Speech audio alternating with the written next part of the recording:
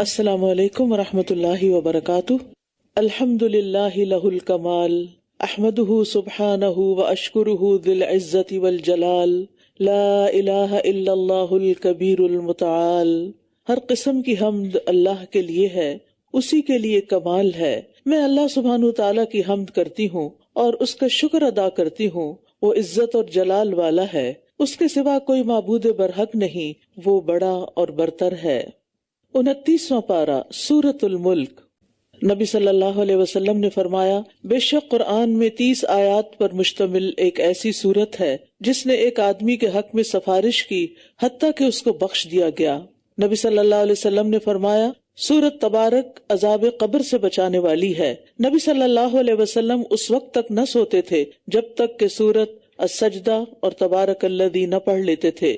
تبارک الذی بیدہ الملک وہو علی کل شیء قدیر، بہت بابرکت ہے وہ ذات جس کے ہاتھ میں تمام بادشاہت ہے اور وہ ہر چیز پر خوب قدرت رکھنے والا ہے۔ یعنی اللہ تعالیٰ کی ذات سب سے زیادہ مبارک ذات ہے اور بہت زیادہ بلند و بالا ذات ہے۔ اس کی خیرات اور انعامات بہت زیادہ ہیں، اس کے احسانات بہت عام ہیں، ہر طرح کا غلبہ اور قدرت اس کے ہاتھ میں ہے، وہ جو چاہے کر سکتا ہے۔ الذی خلق الموت والحیاۃ لیبلوکم ایکم احسن عملا وہو العزیز الغفور، وہ جس نے موت اور زندگی کو پیدا کیا تاکہ تمہیں آزمائے کہ تم میں سے کون عمل میں زیادہ اچھا ہے، اور وہ بہت زبردست، بہت بخشنے والا ہے۔ اللہ سبحانہ تعالیٰ نے انسانوں کے جینے اور مرنے کا سلسلہ اس لیے جاری کیا تاکہ وہ انسانوں کو آزما سکے، انسانوں کا امتحان لے۔ کس بات کا امتحان؟ کہ ان میں سے اچھے عمل کرنے والا کون ہے۔ اللہ سبحانہ تعالیٰ نے پوری کائنات بنائی اور اس میں سے سب سے بہترین چیز جنت بنائی، پھر اس جنت کے لیے انسان کو پیدا کیا، لیکن اس سے پہلے اس کا امتحان لینے کے لیے یہ دنیا بنائی تاکہ یہاں دیکھا جا سکے کہ کون اس جنت میں جانے کے قابل ہے اور کون نہیں۔ اور وہاں داخلے کے لیے شرط ہے کہ انسان کے عمل اچھے ہوں، احسن عمل ہوں۔ ابن قیم کہتے ہیں، احسن عمل زیادہ خالص اور زیادہ درست ہوتا ہے، یعنی جو اللہ کے لیے کیا جاتا ہے۔ یہ ایسا عمل ہوتا ہے جو اللہ کی رضا اور اس کی محبت کے موافق ہوتا ہے، یعنی جو وہ پسند کرتا ہے وہ کیا جاتا ہے۔ وہ عمل احسن نہیں ہوتا جو اس سے خالی ہو، اگرچہ وہ بہت زیادہ ہی کیوں نہ ہو۔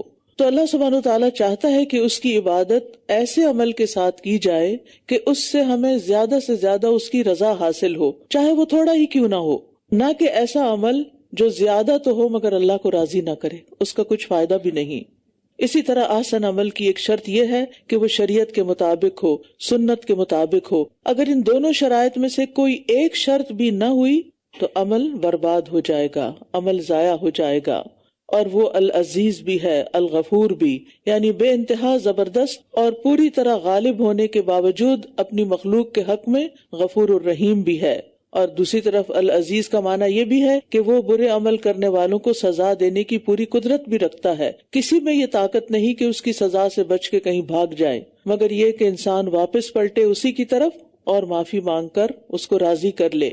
الذی خلق 7 سماوات طباقا، وہ جس نے اوپر تلے 7 آسمان پیدا کیے، تم رحمان کی تخلیق میں کوئی خلل نہ دیکھو گے، پھر نگاہ لوٹاؤ، کیا تم کوئی شگاف دیکھتے ہو؟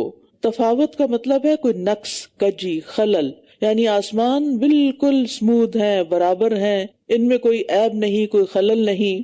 اور پھر ثم ارجع البصر کرتین ينقلب الیک البصر خاسئا وهو حسیر، پھر بار بار نگاہ لوٹاؤ، نگاہ ذلیل ہو کر تمہاری طرف پلٹ آئے گی اور وہ تھکی ہوئی ہوگی۔ یعنی تم اللہ سبحانہ تعالیٰ کی اس عظیم الشان تخلیق کے اندر کسی قسم کا کوئی نقص اور عیب نہیں پاؤ گے۔ وَلَقَدْ زَيَّنَّا السَّمَاءَ الدُّنْيَا بِمَصَابِيحَ، اور یقیناً ہم نے آسمان دنیا کو چراغوں کے ساتھ آراستہ کیا، اور ہم نے انہیں شیاطین کو مار بھگانے کا ذریعہ بنایا، اور ہم نے ان کے لیے بھڑکتی ہوئی آگ کا عذاب تیار کر رکھا ہے۔ ستاروں کی تخلیق کے 3 مقاصد ہیں، یہاں 2 مقاصد بیان کیے گئے ہیں۔ ایک تو آسمانوں کی زینت، کیونکہ وہ چراغوں جیسے آسمان کو رات کے وقت حسن بخشتے ہیں۔ دوسرا یہ کہ شیطان آسمانوں کی طرف جانے کی کوشش کرتے ہیں تو یہ شرارہ بن کے ان کے اوپر گرتے ہیں۔ اور تیسرا مقصد اور جگہ پر بتایا گیا کہ ان سے بحر و بر میں راستوں کی نشاندہی ہوتی ہے۔ لیکن اس کے علاوہ ستاروں سے کوئی قسمت کا حال معلوم کرنا یا ان کی کوئی تاثیر ماننا یہ غلط ہے۔ قتادہ کہتے ہیں جو شخص ان کے علاوہ ستاروں کو کچھ اور سمجھے اس نے غلطی کی اور ہر قسم کی بھلائی سے خود کو محروم کر لیا، اور اس نے ایسے کام کا تکلف کیا جس کا اسے کچھ علم نہیں، کیونکہ نبی صلی اللہ علیہ وسلم نے نجومی کے پاس جانے سے منع کیا۔ اور نجومی کون ہوتے ہیں؟ نجومی کا لفظ نجم سے ہے، نجم ستارے کو کہتے ہیں، یعنی جو ستاروں کی رفتار اور ستاروں کی گردش سے قسمت کا حال بتاتے ہیں جس کی کوئی حقیقت نہیں۔ نبی صلی اللہ علیہ وسلم نے فرمایا جو شخص کسی کاہن یا نجومی کے پاس جائے اور اس کی باتوں کی تصدیق کرے تو گویا اس نے محمد صلی اللہ علیہ وسلم پر نازل ہونے والی شریعت سے کفر کیا۔ وَلِلَّذِينَ كَفَرُوا بِرَبِّهِمْ عَذَابُ جَهَنَّمَ وَبِئْسَ الْمَصِيرُ، اور جن لوگوں نے اپنے رب کا انکار کیا ان کے لیے جہنم کا عذاب ہے اور وہ بہت بری لوٹ کر جانے کی جگہ ہے۔ جب وہ اس میں ڈالے جائیں گے تو اس کا دھاڑنا سنیں گے جبکہ وہ جوش کھا رہی ہوگی۔ شہیق اس آواز کو کہتے ہیں جو گدھا پہلی مرتبہ نکالتا ہے، اور یہ بڑی کبھی آواز ہوتی ہے۔ تو جہنم بھی گدھے کی طرح چیخ چلا رہی ہوگی اور آگ پہ رکھی ہوئی ہانڈی کی طرح جوش مار رہی ہوگی، اور جہنمیوں کی آوازیں بھی یعنی چیخنا بھی گدھے کی آواز کے مشابہ ہوگا، اور یہ انتہائی شدید قسم کی آوازیں ہوں گی۔ تو اس سے اندازہ لگائیں کہ جہنم میں جانے والے آگ کے عذاب میں تو جلیں گئی، اس کے علاوہ جو شور اور جو نوائز پولوشن ہوگی اور جو چیخوں کی آواز ہوگی وہ دل دہلا دینے والی ہوگی، کیونکہ ہر کوئی اس میں دکھ اور تکلیف کی ایسی حالت میں ہوگا جو اس نے اس سے پہلے کبھی نہیں دیکھی ہوگی۔ تکاد تمیز من الغیظ، قریب ہے کہ غصے سے پھٹ جائے۔ جب بھی کوئی گروہ اس میں ڈالا جائے گا اس کے نگران ان سے پوچھیں گے کیا تمہارے پاس کوئی ڈرانے والا نہ آیا تھا؟ یعنی اس دنیا میں کسی نے تمہیں خبردار نہیں کیا تھا کہ آگے آگ ہے، اس سے بچنے کی فکر کرو؟ یہ کہیں گے کیوں نہیں، یقیناً ڈرانے والا ہمارے پاس آیا تھا مگر ہم نے اسے جھٹلا دیا، اور ہم نے کہا کہ اللہ نے کوئی چیز نازل نہیں کی، تم خود بہت بڑی گمراہی میں مبتلا ہو۔ یعنی وہاں وہ اپنی غلطی کا اعتراف کر لیں گے۔ وَقَالُوا لَوْ كُنَّا نَسْمَعُ أَوْ نَعْقِلُ مَا كُنَّا فِي أَصْحَابِ السَّعِيرِ، اور یہ کہیں گے اگر ہم سنتے یا سمجھتے ہوتے تو ہم بھڑکتی ہوئی آگ والوں میں سے نہ ہوتے۔ دنیا میں نصیحت کی طرف توجہ نہ دینے کا یہ نقصان ہے، نصیحت کی بات نہ سننے کا، کیونکہ کیا کہیں گے کاش ہم سن لیتے۔ یعنی سننا سب سے آسان کام ہوتا ہے، پڑھنا یا خود سے کسی چیز کو تلاش کرنا یہ مشکل کام ہے، لیکن اگر کوئی بول رہا ہو تو ہم سن کے آسانی سے بات سمجھ سکتے ہیں۔ تو وہ اس بات پر پچھتائیں گے کہ ہمیں دنیا میں دعوت دی جاتی تھی خیر کی بات سننے کی، لیکن ہم نے ایک نہ سنی، کاش ہم سن لیتے یا ہم کوئی بات سمجھ ہی لیتے تو آج ہم اس بھڑکتی ہوئی آگ میں نہ پڑتے۔ لیکن وہاں افسوس کرنے کا اور حسرت کرنے کا کوئی فائدہ نہ ہوگا، کیونکہ وہاں سے پلٹنا نہیں۔ فاعترفوا بذنبهم فسحقا لاصحاب السعیر، یوں ہی اپنے گناہوں کا اعتراف کر لیں گے، بس لعنت ہے بھڑکتی ہوئی آگ والوں کے لیے۔ بے شک جو لوگ اپنے رب سے غائبانہ طور پر ڈرتے ہیں ان کے لیے بخشش اور بہت بڑا اجر ہے۔ یعنی انہوں نے اللہ کو دیکھا نہیں لیکن پیغمبروں کی تصدیق کرتے ہوئے وہ اللہ سے ڈرتے ہیں، اللہ کے عذاب سے ڈرتے ہیں۔ اور اسی طرح ایک اور معنی یہ بھی ہے کہ لوگوں کی نظروں سے چھپ کر، غیب میں غائب ہو کر، خلوتوں میں اللہ سے ڈرتے ہیں اور آنسو بہاتے ہیں۔ تو غائبانہ ڈرنے والوں کے لیے بخشش کا وعدہ ہے۔ وَأَسِرُّوا قَوْلَكُمْ أَوِ اجْهَرُوا بِهِ إِنَّهُ عَلِيمٌ بِذَاتِ الصُّدُورِ، اور تم چپکے سے اپنی بات کرو یا بلند آواز سے، بے شک وہ تو سینوں کے بھید خوب جاننے والا ہے۔ یعنی سب کچھ اللہ کے علم میں ہے۔ جب وہ دل کی باتیں جانتا ہے تو تمہاری ظاہر میں کی ہوئی باتوں کو کیوں نہ جانے گا۔ أَلَا يَعْلَمُ مَنْ خَلَقَ وَهُوَ اللَّطِيفُ الْخَبِيرُ، کیا وہ نہیں جانتا جس نے پیدا کیا اور وہ بہت باریک بین خوب باخبر ہے؟ یعنی وہ ہر چیز کے بارے میں خوب خبر رکھتا ہے، تو تمہارے بارے میں وہ کیسے خبر نہیں رکھتا؟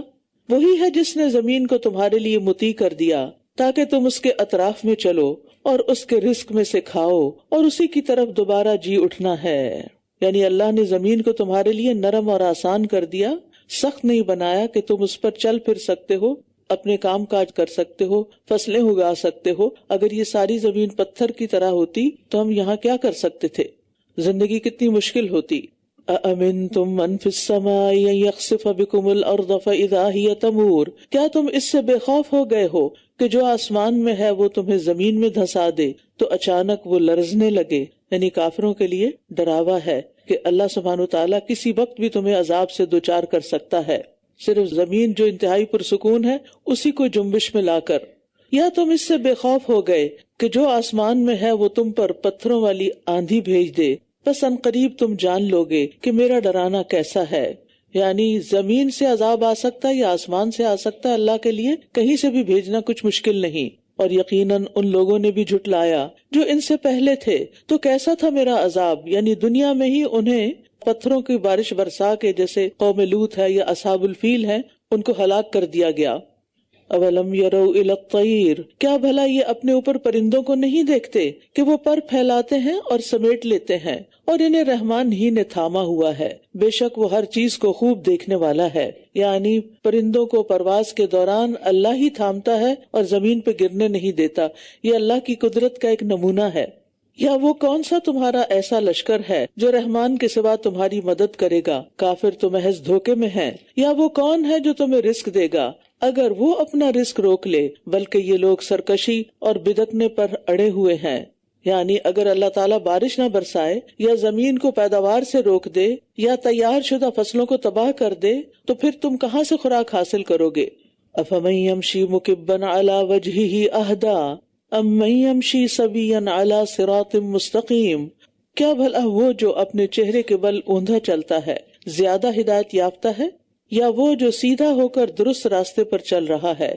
یعنی جو شخص منہ کے بل اوندھا چلے نیچے منہ کر کے، اس کو دائیں بائیں تو کچھ نظر نہیں آئے گا اور وہ ٹھوکریں کھانے سے بھی محفوظ نہیں رہے گا، ایسا شخص منزل تک کیسے پہنچ سکتا ہے؟ تو اسی طرح جو شخص اس دنیا میں ہی کھب کے رہ گیا ہے، اس دنیا ہی میں ساری اس کی دلچسپی ہے، نہ وہ اپنے آگے دیکھتا ہے کہ آگے کیا انجام آ رہا ہے، نہ اپنے دائیں دیکھتا ہے نہ بائیں دیکھتا ہے، پھر ایسا شخص آخرت میں کیسے کامیاب ہوگا جس نے آخرت کو اپنا گول ہی نہیں بنایا؟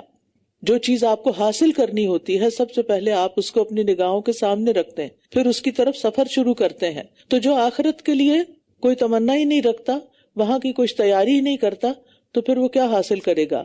آپ کہہ دیجئے وہی ہے جس نے تمہیں پیدا کیا اور اس نے تمہارے کان اور آنکھیں اور دل بنائے، بہت کم تم شکر ادا کرتے ہو۔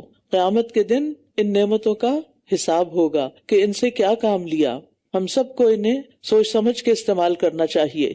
آپ کہہ دیجئے وہی ہے جس نے تمہیں زمین میں پھیلا دیا اور اسی کی طرف تم اکٹھے کیے جاؤ گے، اور یہ کہتے ہیں کہ یہ وعدہ کب پورا ہوگا اگر تم سچے ہو۔ یعنی یہ بات کافر مذاق کے طور پر کہتے تھے کیونکہ وہ قیامت کو دور دراز کی بات سمجھتے تھے۔ آپ کہہ دیجئے بے شک یہ علم تو اللہ ہی کے پاس ہے اور میں تو بس ایک کھلم کھلا ڈرانے والا ہوں۔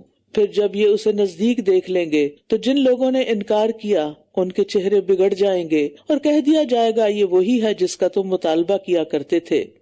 یعنی قیامت کے دن دہشت کے مارے اور ذلت کے مارے ان کے چہروں پہ ہوائیاں اڑ رہی ہوں گی اور ان کے چہرے سیاہ ہوں گے اور انہیں پتہ چل جائے گا کہ اللہ کا عذاب کیسا ہوتا ہے۔ آپ کہہ دیجئے کیا غور کیا تم نے کہ اگر اللہ مجھے اور ان کو جو میرے ساتھ ہیں ہلاک کر دے یا ہم پر رحم کر دے تو کافروں کو دردناک عذاب سے کون پناہ دے گا؟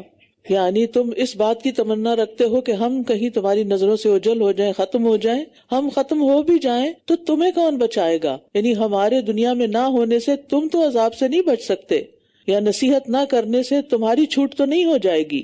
آپ دیکھیے کہ عام طور پر لوگوں کا حال یہ ہوتا ہے کہ جو کوئی نصیحت کرے نا ان کو یا سمجھائے تو کیا ان کے اندر ہوتا ہے کہ یہ مجھے نظر نہ آئے۔ یعنی نصیحت کرنے والوں سے لوگ بھاگتے ہیں کہ یہ ہماری زندگی سے نکل جائیں۔ ماں باپ سے بھی بچے اسی لیے بھاگتے ہیں نا کہ یہ نہ ہمیں نظر آئے کیونکہ یہ ہمیں سمجھائیں گے۔ تو بات یہ ہے کہ سمجھانے والا اگر نہ بھی سمجھائے تو جو مصیبت ہے، یہ جو تکلیف ہے وہ تو نہیں ٹل سکتی نا، وہ تو سامنے آئے گی۔ اپنے ہاتھوں کا کیا تو سامنے آ کر رہے گا۔ تو اس لیے خیر خواہ کو omit کرنے سے، اس کو اپنی زندگی سے نکالنے سے مسائل حل نہیں ہوا کرتے۔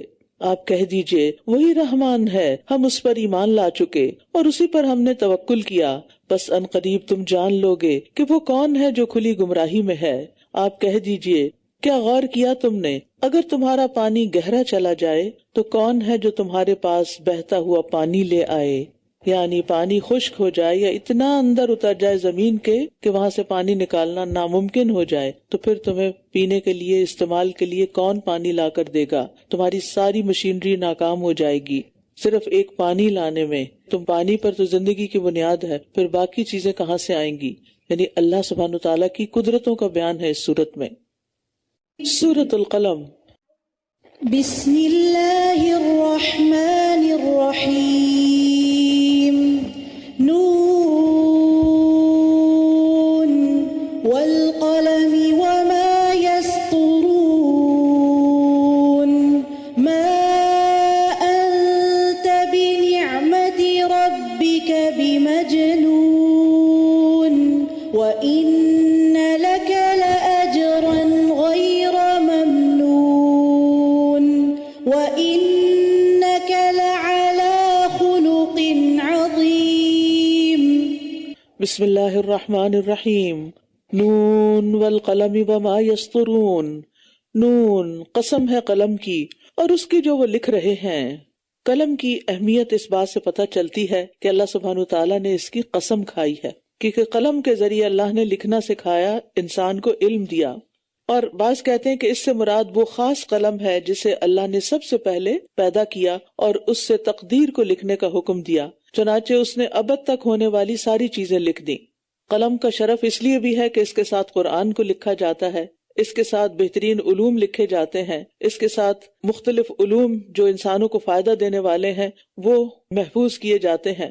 تو اللہ سبحانہ تعالیٰ نے 4 چیزوں کو اپنے ہاتھ سے پیدا کیا تھا: عرش، قلم، آدم اور جنت عدن. پھر باقی مخلوق کو کن سے پیدا کیا. تو اللہ تعالیٰ قلم کی قسم کھا کر فرما رہے ہیں آپ اپنے رب کے فضل سے ہرگز مجنون نہیں.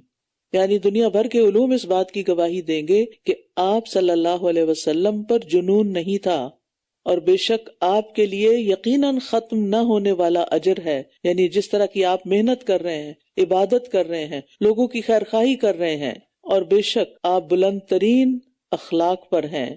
اور حقیقت یہ ہے کہ دین کا کام اور دین کو صحیح فائدہ وہی لوگ پہنچا سکتے ہیں جو اخلاق کے اعلیٰ مرتبے پر فائز ہوں، کیونکہ دین اخلاق سے پھیلتا ہے.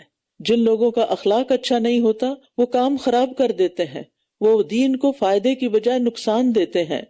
نبی صلی اللہ علیہ وسلم کا اخلاق کیا تھا؟ حضرت عائشہ نے اس کی گواہی دی کہ قرآن آپ کا اخلاق تھا. یعنی آپ نے دنیا کے سامنے محض قرآن کی تعلیم ہی نہیں پیش کی بلکہ خود اس کا مجسم نمونہ بن کے دکھایا. جس چیز کا قرآن میں حکم دیا گیا آپ نے خود سب سے بڑھ کر اس پر عمل کیا، جس چیز سے روکا گیا آپ نے خود سب سے زیادہ اس سے اجتناب فرمایا. اور جن اخلاقی صفات کو قرآن میں فضیلت قرار دیا گیا آپ کی ذات میں وہ سب صفات موجود تھیں، اور جن چیزوں کو ناپسندیدہ قرار دیا گیا آپ ان سے کوسوں دور تھے.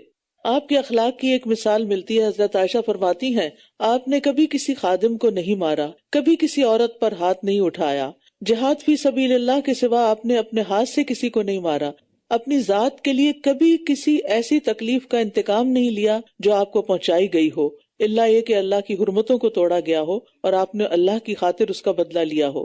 آپ کا طریقہ یہ تھا کہ جب 2 کاموں میں سے ایک کا آپ کو انتخاب کرنا ہوتا تو آپ آسان تر کام کو پسند فرماتے، الا یہ کہ وہ کوئی گناہ ہو، اور اگر وہ گناہ کا کام ہوتا تو آپ سب سے زیادہ اس سے دور ہوتے.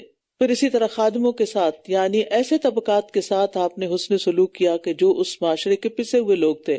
اور پھر یہ کہ اچھا اخلاق کس کا ہے کس کے نہیں وہ گھر والے سب سے زیادہ بہترین گواہی دے سکتے ہیں. حضرت ابو عبداللہ الجدلی کہتے ہیں میں نے عائشہ رضی اللہ عنہا سے کہا کہ رسول اللہ صلی اللہ علیہ وسلم کا اپنے گھر والوں کے ساتھ اخلاق کیسا تھا. یہ حضرت عائشہ سے سوال کیا جا رہا ہے. آپ یہاں اپنے آپ کو رکھ کے دیکھیے کہ اگر آپ سے کوئی آپ کے گھر والوں کے بارے میں پوچھے یا آپ کے گھر والوں سے آپ کے بارے میں پوچھے تو وہ کیا گواہی دیں گے. حضرت عائشہ کہتی ہیں وہ تمام لوگوں میں سب سے زیادہ اچھے اخلاق والے تھے. آپ کوئی بےہودہ کام یا فحش گفتگو کرنے والے نہ تھے، اور نہ ہی بازاروں میں شور کرنے والے تھے، اور نہ برائی کا بدلہ برائی سے دیتے تھے بلکہ معاف کر دیتے اور درگزر فرماتے تھے. تو ایسا شخص جس کے یہ اخلاق ہوں وہ مجنون تو نہیں ہو سکتا نا، کہ جو اللہ کے کام کے لیے بے پناہ تھکے اور لوگوں کے ساتھ حسن سلوک سے پیش آئے اور ہر ایک کو اس کا حق دے. مجنون لوگ تو یہ کام نہیں کرتے. اور یہاں اللہ سبحانہ وتعالیٰ خود گواہی دے رہے ہیں وَإِنَّكَ لَعَلَىٰ خُلُقٍ عَظِيمٍ. اور جس کو اللہ کی طرف سے گواہی مل جائے پھر اس میں تو کوئی شک والی بات ہی نہیں رہتی. یہی تو اصل گواہی ہے. فَسَتُبْصِرُ وَيُبْصِرُونَ. پس ان قریب آپ بھی دیکھیں گے اور یہ بھی دیکھ لیں گے کہ تم میں سے کون فتنے میں پڑا ہوا ہے. بے شک آپ کا رب خوب جانتا ہے اس کو جو اس کے راستے سے بھٹک گیا، اور وہ ہدایت پانے والوں کو بھی خوب جانتا ہے. بس آپ ان جھٹلانے والوں کی بات نہ مانیے. یہ چاہتے ہیں کاش آپ ڈھیلے پڑیں تو یہ بھی ڈھیلے پڑ جائیں، اور آپ کسی ایسے شخص کی بات نہ مانیے جو بہت قسمیں کھانے والا نہایت حقیر ہے۔ دین میں مداہنت کی ممانت ہے۔ مداہنت کیا ہوتا ہے؟ جو کام آپ کر رہے ہیں اس میں ڈھیلے پڑ جائیں تاکہ لوگ مخالفت میں نرمی اختیار کر لیں۔ اور پھر یہاں پر بہت قسمیں کھانے والے کو حقیر کہا گیا ہے، کیونکہ قسمیں وہی کھاتا ہے جو جھوٹا ہوتا ہے۔ جو سچا ہوتا ہے اس کو اپنی سچائی پر ایک کانفیڈنس ہوتا ہے، اسے قسم کھانے کی ضرورت نہیں ہوتی، اور بات بات پہ قسم کھانا ہمارے دین میں ناپسندیدہ ہے۔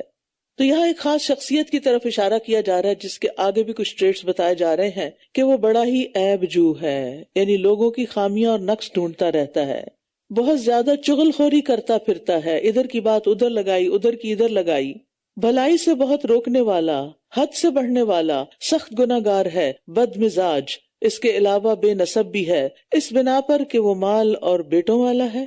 یہاں مناع للخیر کے الفاظ استعمال ہوئے ہیں۔ خیر عربی زبان میں مال کو بھی کہتے ہیں اور بھلائی کو بھی کہتے ہیں۔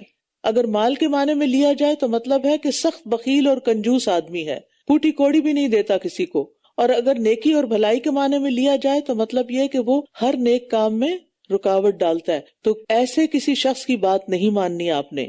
اور پھر اسی طرح اتل کا مطلب ہے سخت جھگڑالو، بدخلق اور سفاک انسان، اور ذنیم ایسے شخص کو کہتے ہیں جو اپنے شر کی وجہ سے مشہور ہو، بد اصل ہو۔ تو یہ جہنمی انسان کی صفات ہیں۔ اب وہاں اوپر نبی صلی اللہ علیہ وسلم کا اخلاق بتایا گیا، اور اس کے مقابلے میں آپ کے اوپوننٹس کا، آپ کے مخالفین کے بارے میں بتایا گیا کہ ان کے اخلاق کیا ہیں۔ نبی صلی اللہ علیہ وسلم نے فرمایا، بے شک ہر بد مزاج، اکڑ کر چلنے والا، متکبر، بہت زیادہ مال جمع کرنے والا اور بہت زیادہ بخل کرنے والا، یہ سب لوگ جہنمی ہیں، اور کمزور اور مغلوب لوگ جنتی ہیں۔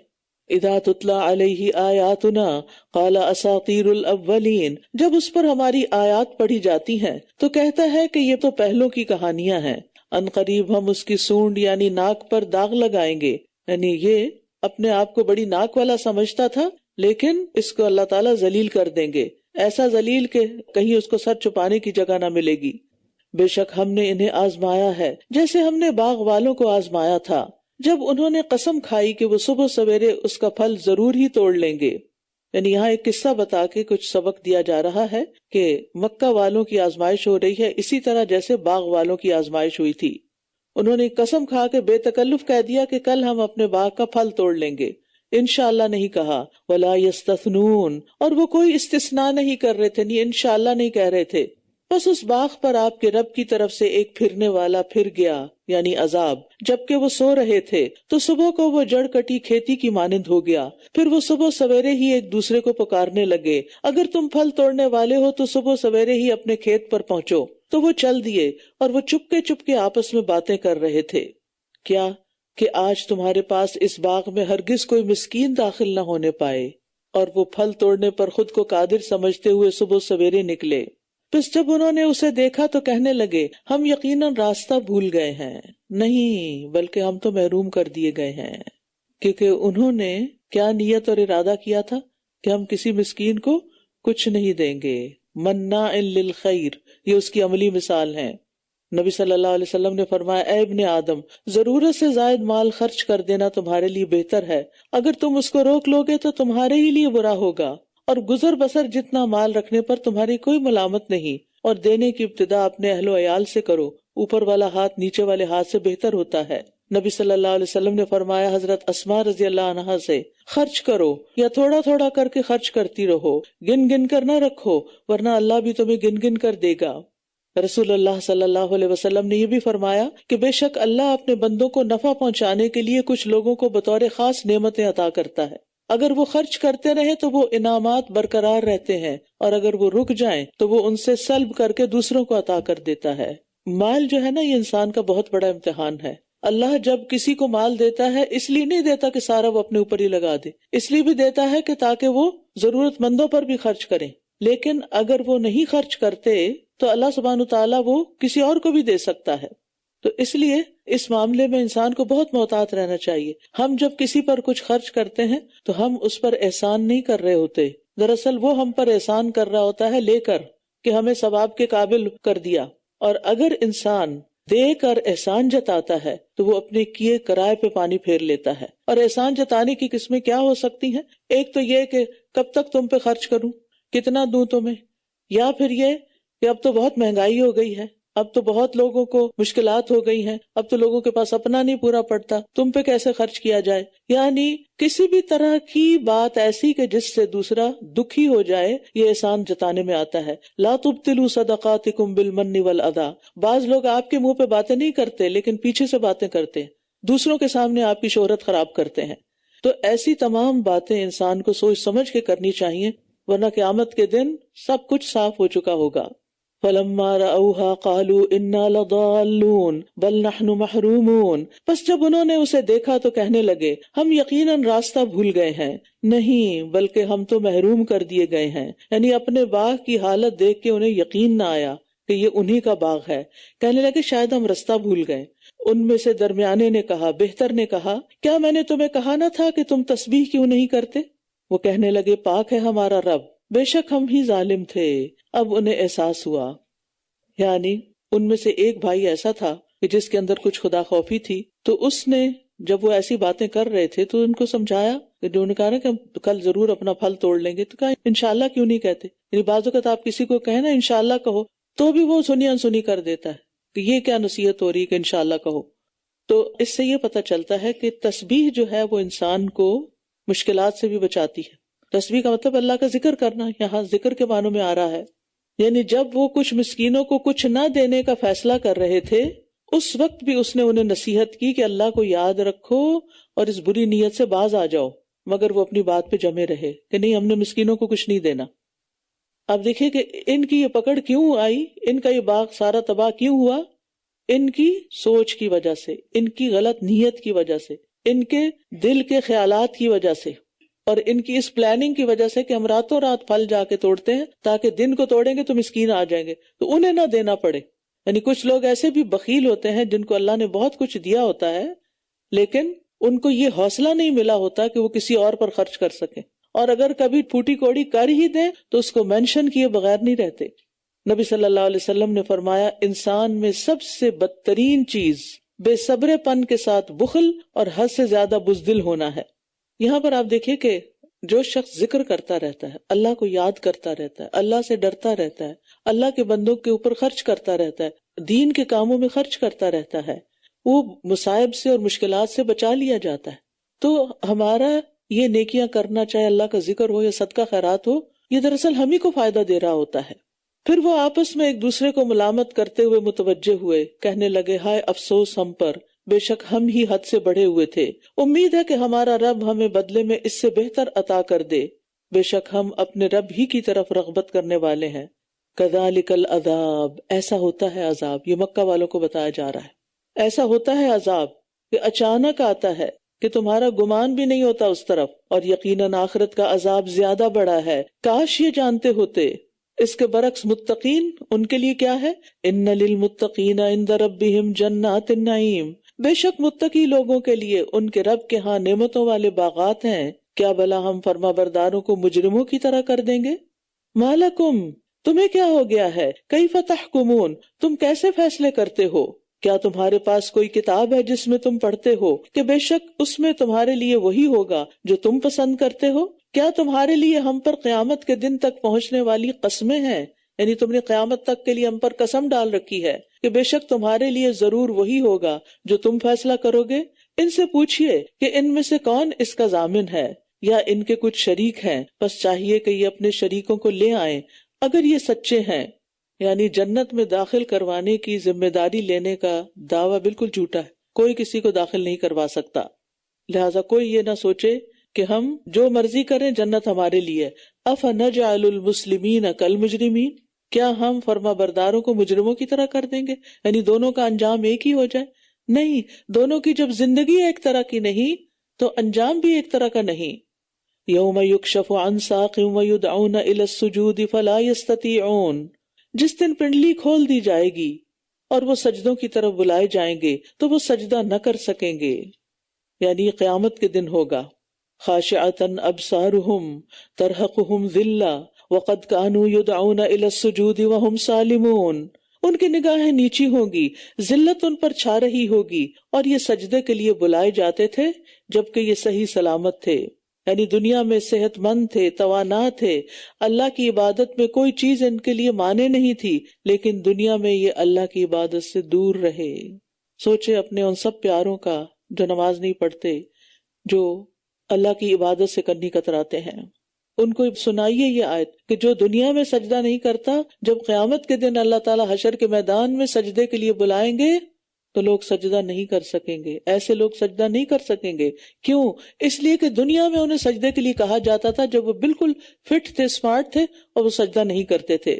حی علی الصلاۃ اور حی علی الفلاح سنتے تھے لیکن جواب نہیں دیتے تھے۔ رسول اللہ صلی اللہ علیہ وسلم نے فرمایا، قیامت کے دن جب محمد صلی اللہ علیہ وسلم اور ان کی امت باقی رہ جائے گی، رب تبارک و تعالیٰ اپنی صورت میں ان کے پاس تشریف لائے گا اور فرمائے گا، تمہیں کیا ہے، تم کیوں نہیں جا رہے جیسا کہ اور لوگ اپنے معبودوں کی طرف جا رہے ہیں؟ وہ کہیں گے، ہمارا جو معبود ہے ہم اسے دیکھ نہیں رہے۔ پس اللہ تعالیٰ فرمائے گا، کیا جب تم اسے دیکھ لو گے تو اسے پہچان لو گے؟ تو وہ کہیں گے، بے شک ہمارے اور اس کے درمیان ایک علامت اور نشانی ہے، جب ہم اسے دیکھ لیں گے تو ہم اسے پہچان لیں گے۔ پس وہ فرمائے گا، وہ کیا علامت ہے؟ تو وہ کہیں گے کہ وہ اپنی پنڈلی کھولے گا۔ بس اس وقت اللہ تعالیٰ اپنی پنڈلی کھولیں گے تو ہر شخص اسی حال میں جیسا کھڑا ہے ویسے ہی نیچے گر جائے گا، اور وہ لوگ باقی رہ جائیں گے جن کی پشتیں گائے کے سینگوں کی طرح سخت ہو جائیں گی، یعنی بیک بون۔ وہ سجدہ کرنے کا ارادہ کریں گے مگر کر نہیں سکیں گے، جبکہ ان کو سجدے کی طرف صحیح سلامت حالت میں بلایا جاتا تھا۔ اور جہاں تک اللہ تعالیٰ کی پنڈلی کا تعلق ہے تو اس پر ایمان لانا ضروری ہے، بلا کیف اور بلا شبہ کہ یہ ہے اور ایسا ہوگا۔ کیفیت کیا ہوگی یہ ہم نہیں جانتے۔ بس چھوڑ دو مجھے اور اسے جو اس کلام کو جھٹلاتا ہے، ہم ضرور انہیں آہستہ آہستہ تباہی کی طرف اس طرح لے جائیں گے کہ یہ جانتے بھی نہ ہوں گے۔ سفیان ثوری کہتے ہیں کہ ہم ان پر نعمتوں کی فراوانی کر دیں گے اور انہیں نعمتوں پر شکر ادا کرنا فراموش کروا دیں گے۔ خوب دیں گے لیکن وہ شکر ادا نہیں کریں گے۔ حسن کہتے ہیں، کتنے ہی لوگ ہیں جن پر احسان کر کے ان کو ڈھیل دی گئی، پھر ان کو پکڑ لیا گیا، اور کتنے ہی ایسے لوگ ہیں جن کی تعریف کر کے ان کو فتنے میں ڈالا گیا، اور کتنے ہی ایسے لوگ ہیں جن کے عیبوں پر پردہ ڈال کر انہیں دھوکے میں ڈالا گیا۔ ابو روک کہتے ہیں، جب بھی انہوں نے کوئی نئی غلطی کی، ہم نے انہیں نئی نعمت عطا کر دی اور انہیں معافی مانگنا فراموش کرا دیا۔ یعنی ہر گناہ کے بدلے اور دنیا کی نعمت اور نعمت اور نعمت۔ تو یہ ہے استدراج۔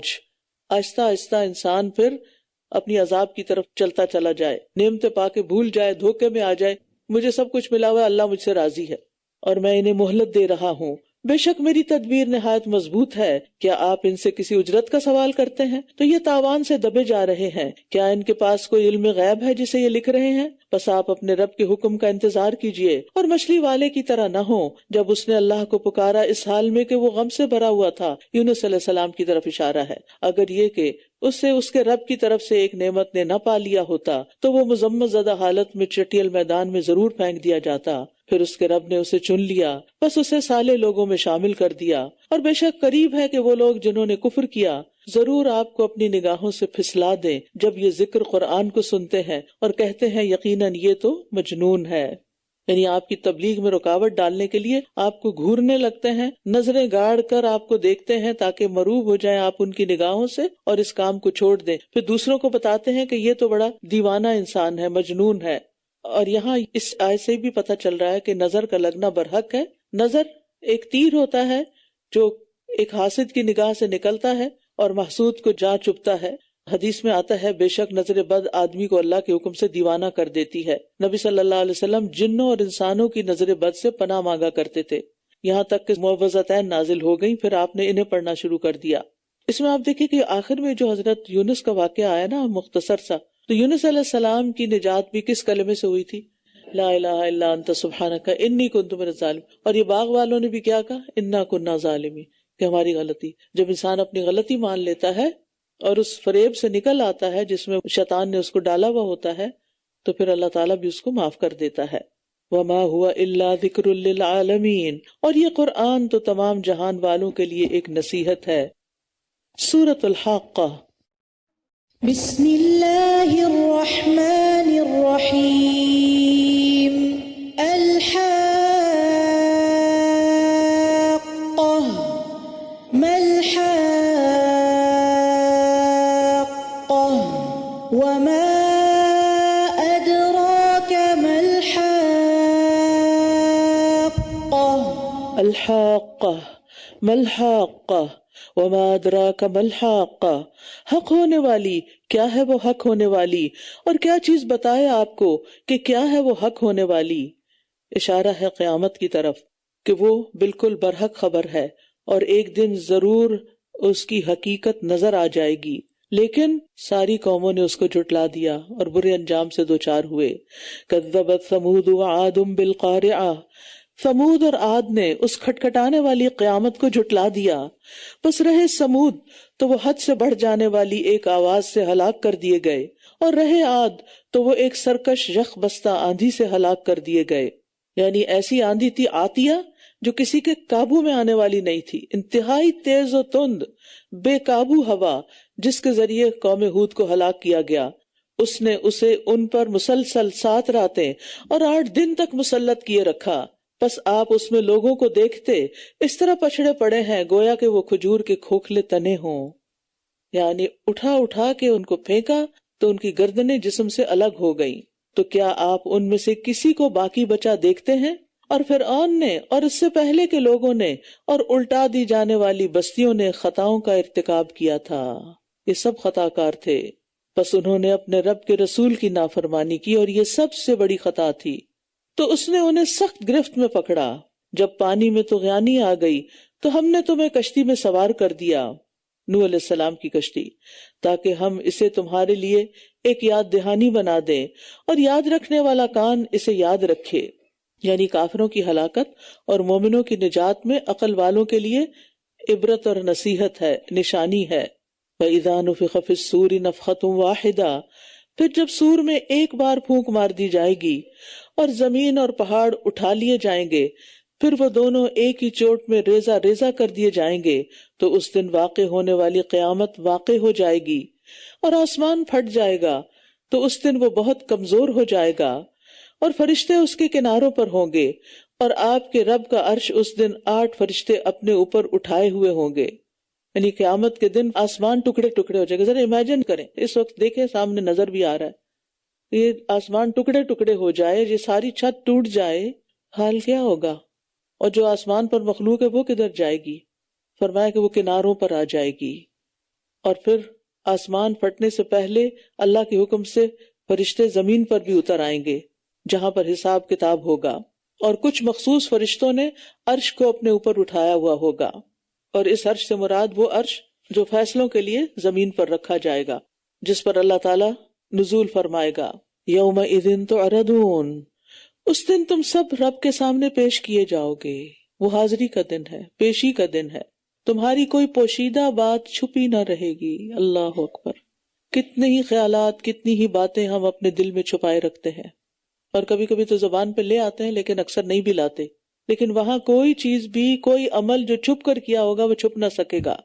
تو رہا وہ جسے اس کی کتاب اعمال اس کے دائیں ہاتھ میں دی گئی، تو وہ کہے گا لو پڑھو میری کتاب، یعنی ہر ایک کو خوشی خوشی اپنا اعمال نامہ دکھائے گا، کیونکہ وہ بہت خوبصورت ہوگا، اچھے اعمال سے پر ہوگا۔ انی ظننت انی ملاق حسابیہ، مجھے یقین تھا کہ یقیناً میں اپنے حساب سے ملاقات کرنے والا ہوں۔ یعنی عقل مند انسان جو ہوتا ہے وہ یوم الحساب سے بے خوف نہیں رہتا، وہ اپنے اندر بہت سی کوتاہیاں محسوس کرتا ہے، اور یہ کوتاہی اور پھر آخرت کی فکر اسے نیک عمل کرنے پہ مجبور کرتی رہتی ہے۔ فَهُوَ فِي عِيشَةٍ رَاضِيَةٍ، بس وہ ایک دل پسند زندگی میں ہوگا، فی جنت عالیہ، بلند و بالا جنت میں ہوگا، اس کے پھل جھکے ہوئے ہوں گے، مزے سے کھاؤ اور پیو ان اعمال کے بدلے جو تم نے گزشتہ دنوں میں کیے، یعنی دنیا میں جو کام کر کے آئے ہو آج اس کے بدلے میں تمہیں یہ آرام مل رہا ہے۔ اور رہا وہ جسے اس کی کتاب اعمال اس کے بائیں ہاتھ میں دی گئی، تو وہ کہے گا اے کاش میں اپنی کتاب دیا ہی نہ جاتا، اور میں نہ جانتا کہ میرا حساب کیا ہے، اے کاش کہ وہ موت فیصلہ کن ہوتی۔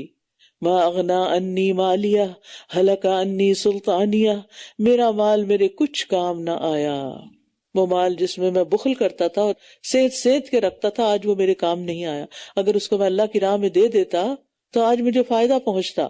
کچھ مال ہم خرچ کرتے ہیں دنیا کے فائدوں کے لیے، تو کچھ خرچ کیا کریں آخرت کے فائدوں کے لیے، خالصتاً اللہ کے لیے، بغیر اذیت دیے اور بغیر احسان جتائے۔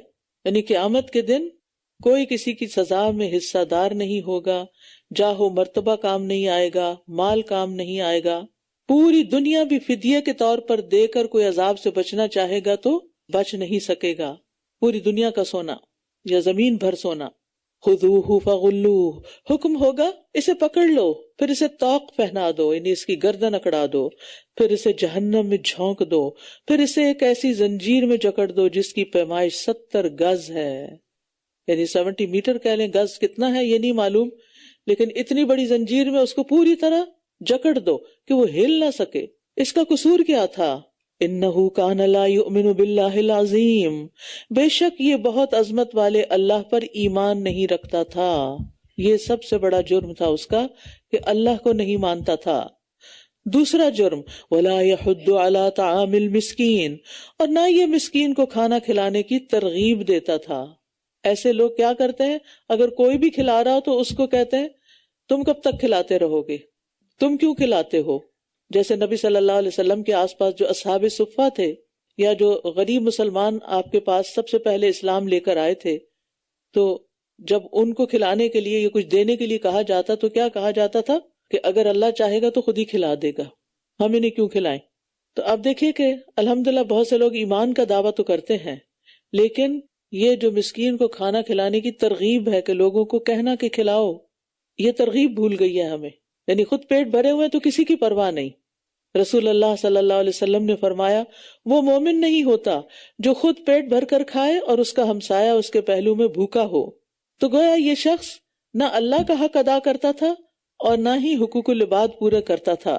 بجید کہتی ہیں ایک مرتبہ میں نے عرض کیا اے اللہ کے رسول، اللہ کی قسم بعض اوقات کوئی مسکین میرے دروازے پر آ کھڑا ہوتا ہے اور مجھے شرم آتی ہے کہ میرے پاس گھر میں کچھ بھی نہیں جو میں اسے دے سکوں.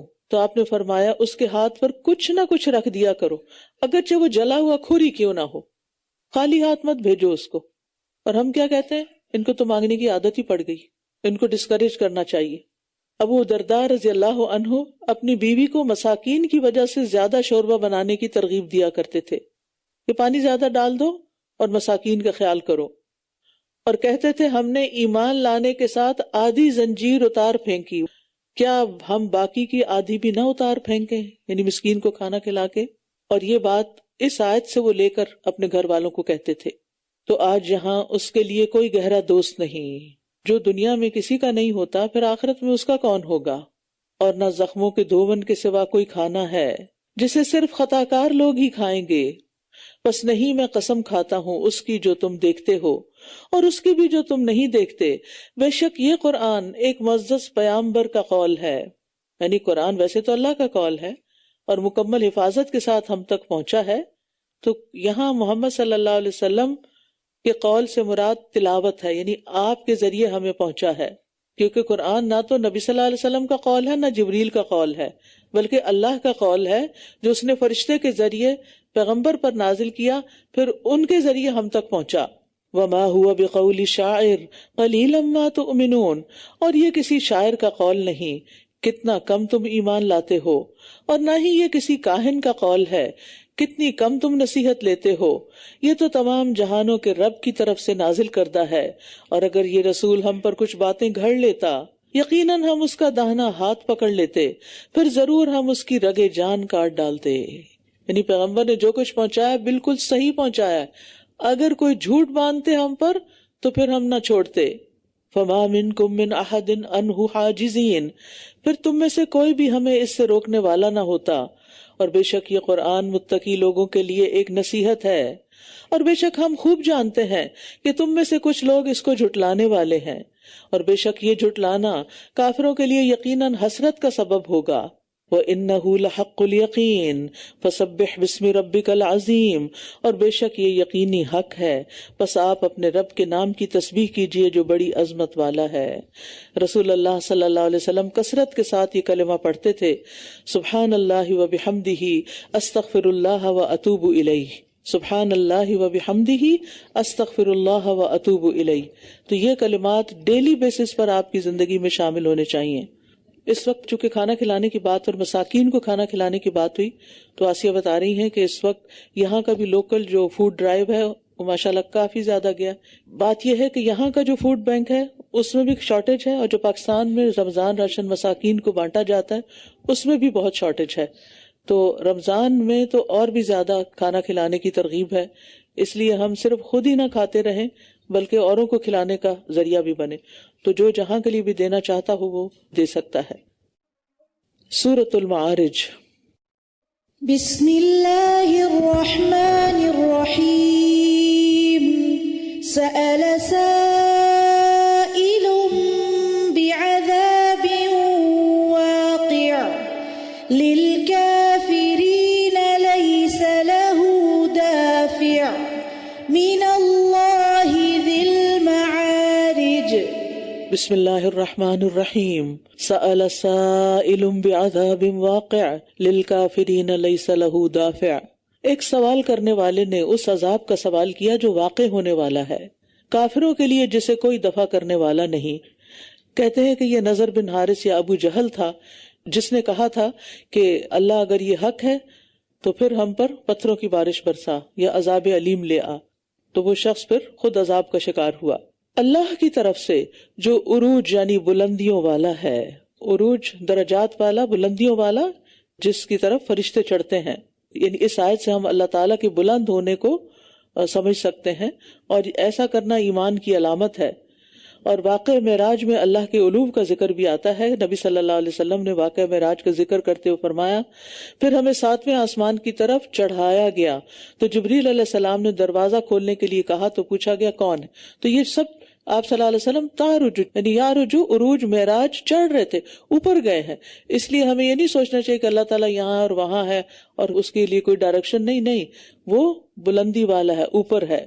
فرشتے اور روح اس کی طرف ایک ایسے دن میں چڑھتے ہیں جس کی مقدار 50,000 سال ہے، لیکن وہ پلک جھپکنے میں پہنچ جاتے ہیں. بس آپ صبر کیجئے، خوبصورت صبر، صبر جمیل. صبر جمیل یہ ہوتا ہے کہ بے صبری کا مظاہرہ نہ کرے انسان، شکوہ شکایت نہ کرے اور جلد بازی نہ کرے، اور اس کے ساتھ اخلاق اور رواداری کا مظاہرہ کرے. انہم یرونہ بعیدا ونراہ قریبا. بے شک یہ اس کو بہت دور دیکھتے ہیں اور ہم اسے قریب دیکھ رہے ہیں. جس دن آسمان تیل کی تلچٹ کی طرح ہو جائے گا اور پہاڑ دھنکی ہوئی اون کی طرح ہو جائیں گے، اور کوئی گہرا دوست کسی گہرے دوست کو نہ پوچھے گا، کوئی کسی کے کام نہیں آئے گا. کیوں؟ اس لیے کہ ہر ایک کو اپنی پڑی ہوگی. وہ ایک دوسرے کو دکھائے جائیں گے. مجرم اس دن کے عذاب سے بچنے کے لیے چاہے گا کاش وہ اپنے بیٹوں کو فدیے میں دے دے. جن کی خاطر دنیا میں ہر اچھا برا کام کیا جاتا ہے کل انہی کو بھیٹ چڑھانا چاہے گا، لیکن سب کو اپنی اپنی پڑی ہوگی. وصاحبتہ وأخیہ، اور اپنی بیوی کو اور اپنے بھائی کو اور اپنے کنبے کو جو اسے پناہ دیتا تھا، اور جو بھی زمین میں سب کے سب کو، تاکہ وہ اسے نجات دلا دے. یعنی اللہ سب کو پکڑ لے، ان کے بدلے مجھے چھوڑ دے. تو کون کس کا بدلہ ہو سکتا ہے؟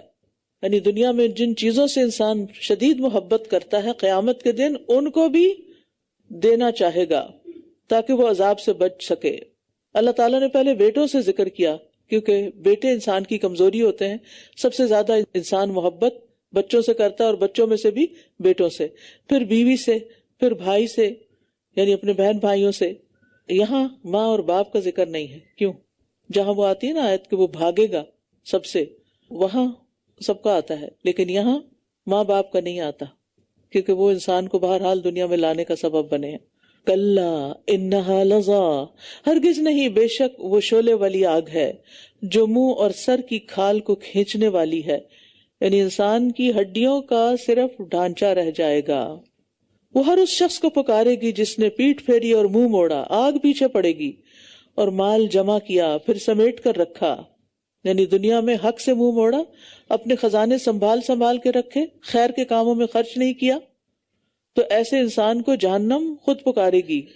ان الانسان خلق ہلوعا، بے شک انسان تھوڑ دلا پیدا کیا گیا ہے. اذا مسہ الشر جزوعا، جب اسے تکلیف پہنچتی ہے تو بہت جزا فضا کرتا ہے. محمد بن کعب کہتے ہیں کہ بری بات منہ سے نکالنا اور اللہ سے بدگمانی کرنا یہ جزا فضا ہوتا ہے. مصیبت کے موقع پر جزا فضا کی آواز ملعون ہے. وَإِذَا مَسَّهُ الْخَيْرُ مَنُوعًا، اور جب اسے بھلائی پہنچتی ہے تو بہت روکنے والا بن جاتا ہے. سوائے ان نمازیوں کے جو اپنی نمازوں پر ہمیشگی اختیار کرنے والے ہیں۔ جو حقیقی نمازی ہیں ان کے اندر یہ بخل نہیں ہوتا، وہ اچھی صفات والے ہوتے ہیں۔ اور یہاں دائمون کی بات آ رہی، یعنی نماز میں کبھی انہوں نے کوتاہی نہیں کی، ہمیشہ پابندی کے ساتھ پڑھتے ہیں۔ دنیا کی کوئی مشغولیت انہیں نماز سے نہیں روکتی، نماز کے وقت میں وہ صرف نماز ہی کا شوق رکھتے ہیں۔ تو ایسے نمازی جو ہیں وہ دنیا کے مال میں بخل نہیں کرتے، کیونکہ مال کو روکنے میں شر ہے، اور مال کو روک رکھنے والے کے لیے فرشتے بد دعا کرتے ہیں کہ اللہ روک رکھنے والے کے مال کو ضائع فرما دے۔ والذین فی اموالہم حق معلوم للسائل والمحروم، اور وہ جن کے مالوں میں ایک مقرر حق ہے سوال کرنے والوں کے لیے اور محروم کے لیے۔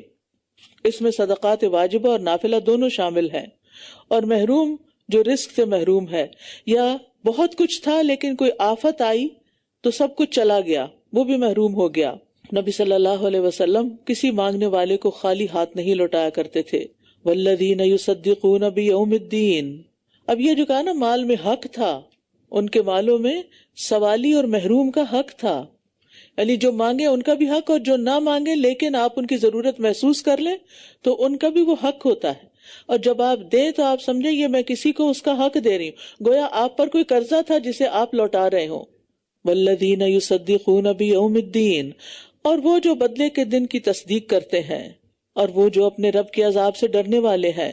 بے شک ان کے رب کا عذاب بے خوف ہونے کی چیز نہیں ہے، یعنی اللہ کے عذاب سے کبھی بھی انسان کو بے خوف نہیں ہونا چاہیے۔ اور وہ جو اپنی شرمگاہوں کی حفاظت کرنے والے ہیں، سوائے اپنی بیویوں کے یا جن کے مالک ان کے دائیں ہاتھ ہیں، تو بے شک وہ ملامت زدہ نہیں ہے۔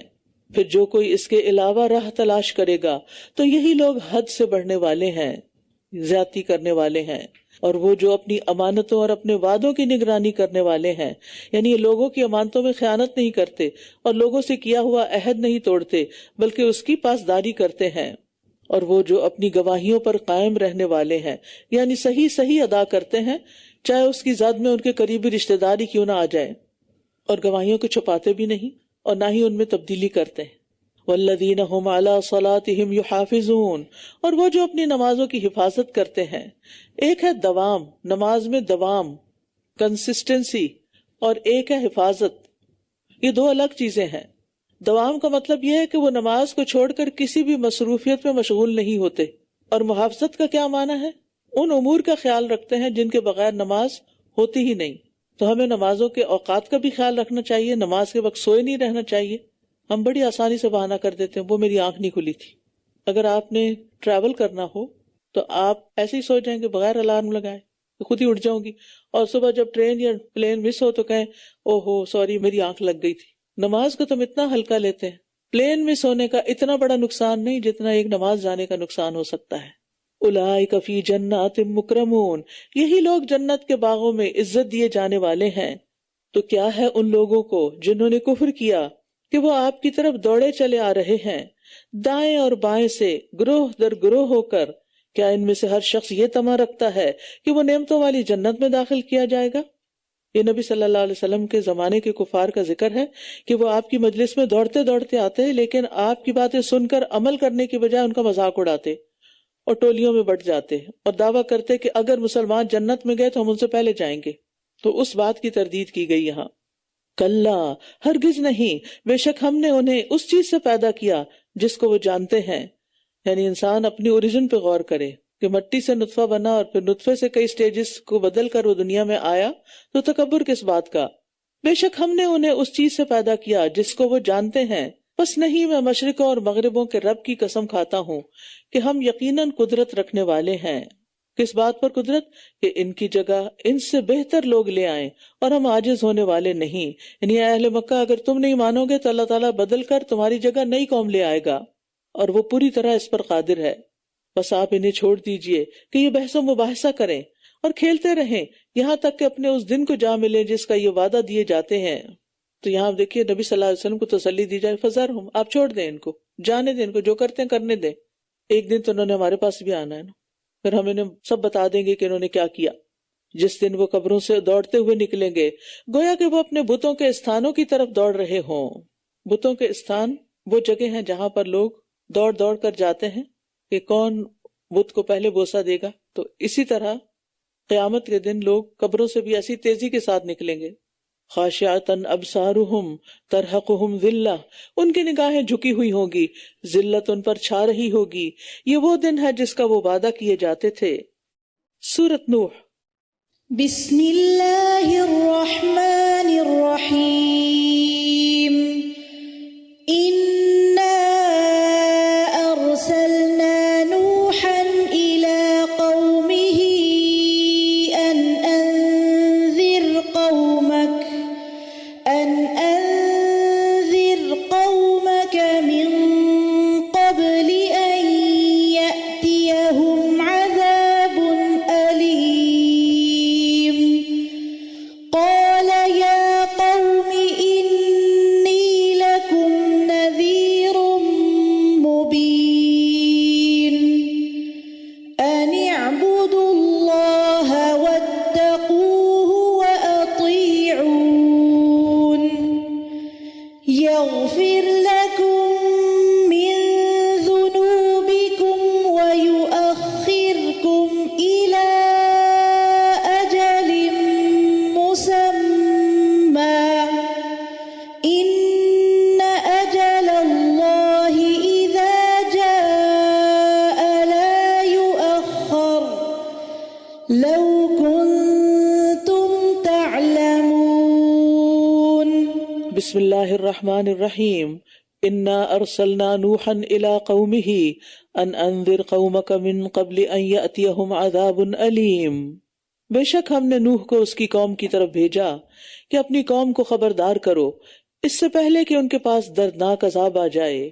سب سے پہلے رسول اور اولو العزم پیغمبر ہیں نوح علیہ السلام، جنہیں اپنی قوم کی ہدایت کے لیے اللہ نے مبعوث کیا. اس نے کہا، اے میری قوم، بے شک میں تمہیں صاف صاف خبردار کرنے والا ہوں کہ تم اللہ کی عبادت کرو اور اس سے ڈرو اور میری اطاعت کرو. یعنی عبادت اللہ کی اور اطاعت پیغمبر کی، کیونکہ آپ اللہ کی طرف بلانے والے تھے، آپ اللہ کے رسول تھے. نتیجہ کیا نکلے گا، فائدہ کیا ہوگا؟ وہ تمہارے گناہوں کو بخش دے گا اور تمہیں ایک مقرر وقت تک مہلت دے گا. بے شک جب اللہ کا مقرر وقت آ جاتا ہے تو وہ مؤخر نہیں کیا جاتا. کاش تم جانتے ہوتے، یعنی عذاب آ گیا تو پھر تمہیں ڈھیل نہیں ملے گی.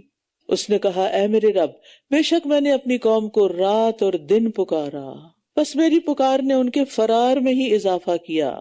اور جب بھی میں نے انہیں پکارا تاکہ تو انہیں بخش دے، انہوں نے انگلیاں اپنے کانوں میں ٹھونس لیں اور انہوں نے اپنے کپڑے اوڑھ لیے اور اصرار کیا اور بہت بڑا تکبر کیا. یعنی جتنا انہیں پکارتے گئے اتنا ہی وہ دور بھاگتے گئے. اور وہ منہ کیوں ڈھکتے تھے؟ کیونکہ وہ آپ کی بات سننا تو درکنار، آپ کی شکل دیکھنا بھی پسند نہیں کرتے تھے. لہٰذا جب نوح علیہ السلام کہیں نظر آتے تو منہ موڑ کے کپڑا ڈال کے چلے جاتے یا اپنے آپ کو چھپا کے نکل جاتے کہ پھر نہ ہمیں کچھ کہیں، یعنی اسکیپ کرنے کے لیے.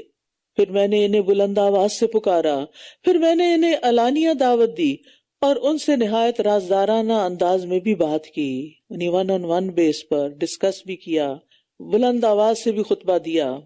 اجتماعات اور مجالس میں انہیں دعوت دی، گھروں میں فردن فردن جا کے بھی بات کی. فَقُلْتُ اسْتَغْفِرُوا رَبَّكُمْ إِنَّهُ كَانَ غَفَّارًا يُرْسِلِ السَّمَاءَ عَلَيْكُمْ مِدْرَارًا. تو میں نے کہا اپنے رب سے بخشش مانگو، یقیناً وہ بہت بخشنے والا ہے، وہ تم پر آسمان سے خوب بارش برسائے گا. یہ استغفار کے فائدے ہیں، کیونکہ استغفار سے گناہ معاف ہوتے ہیں، اللہ کی رحمتیں آتی ہیں. اور کیا ملے گا؟ وَيُمْدِدْكُمْ بِأَمْوَالٍ وَبَنِينَ وَيَجْعَلْ لَكُمْ جَنَّاتٍ وَيَجْعَلْ لَكُمْ أَنْهَارًا. اور وہ مال اور بیٹوں کے ساتھ تمہاری مدد کرے گا اور تمہیں باغات سے نوازے گا اور تمہارے لیے نہریں جاری کر دے گا. یہ ایمان اور اطاعت کا فائدہ ہے. تمہیں کیا ہے کہ تم اللہ کے لیے کسی وقار کی توقع نہیں رکھتے، یعنی اللہ کی عظمت کا حق ادا نہیں کرتے، اللہ سے حیا نہیں کرتے. وَقَدْ خَلَقَكُمْ أَطْوَارًا.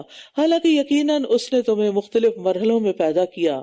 کیا تم دیکھتے نہیں کہ اللہ نے کس طرح اوپر تلے 7 آسمانوں کو پیدا کیا اور ان میں چاند کو نور اور سورج کو روشن چراغ بنایا، اور اللہ نے تمہیں زمین سے خاص طریقے سے اگایا.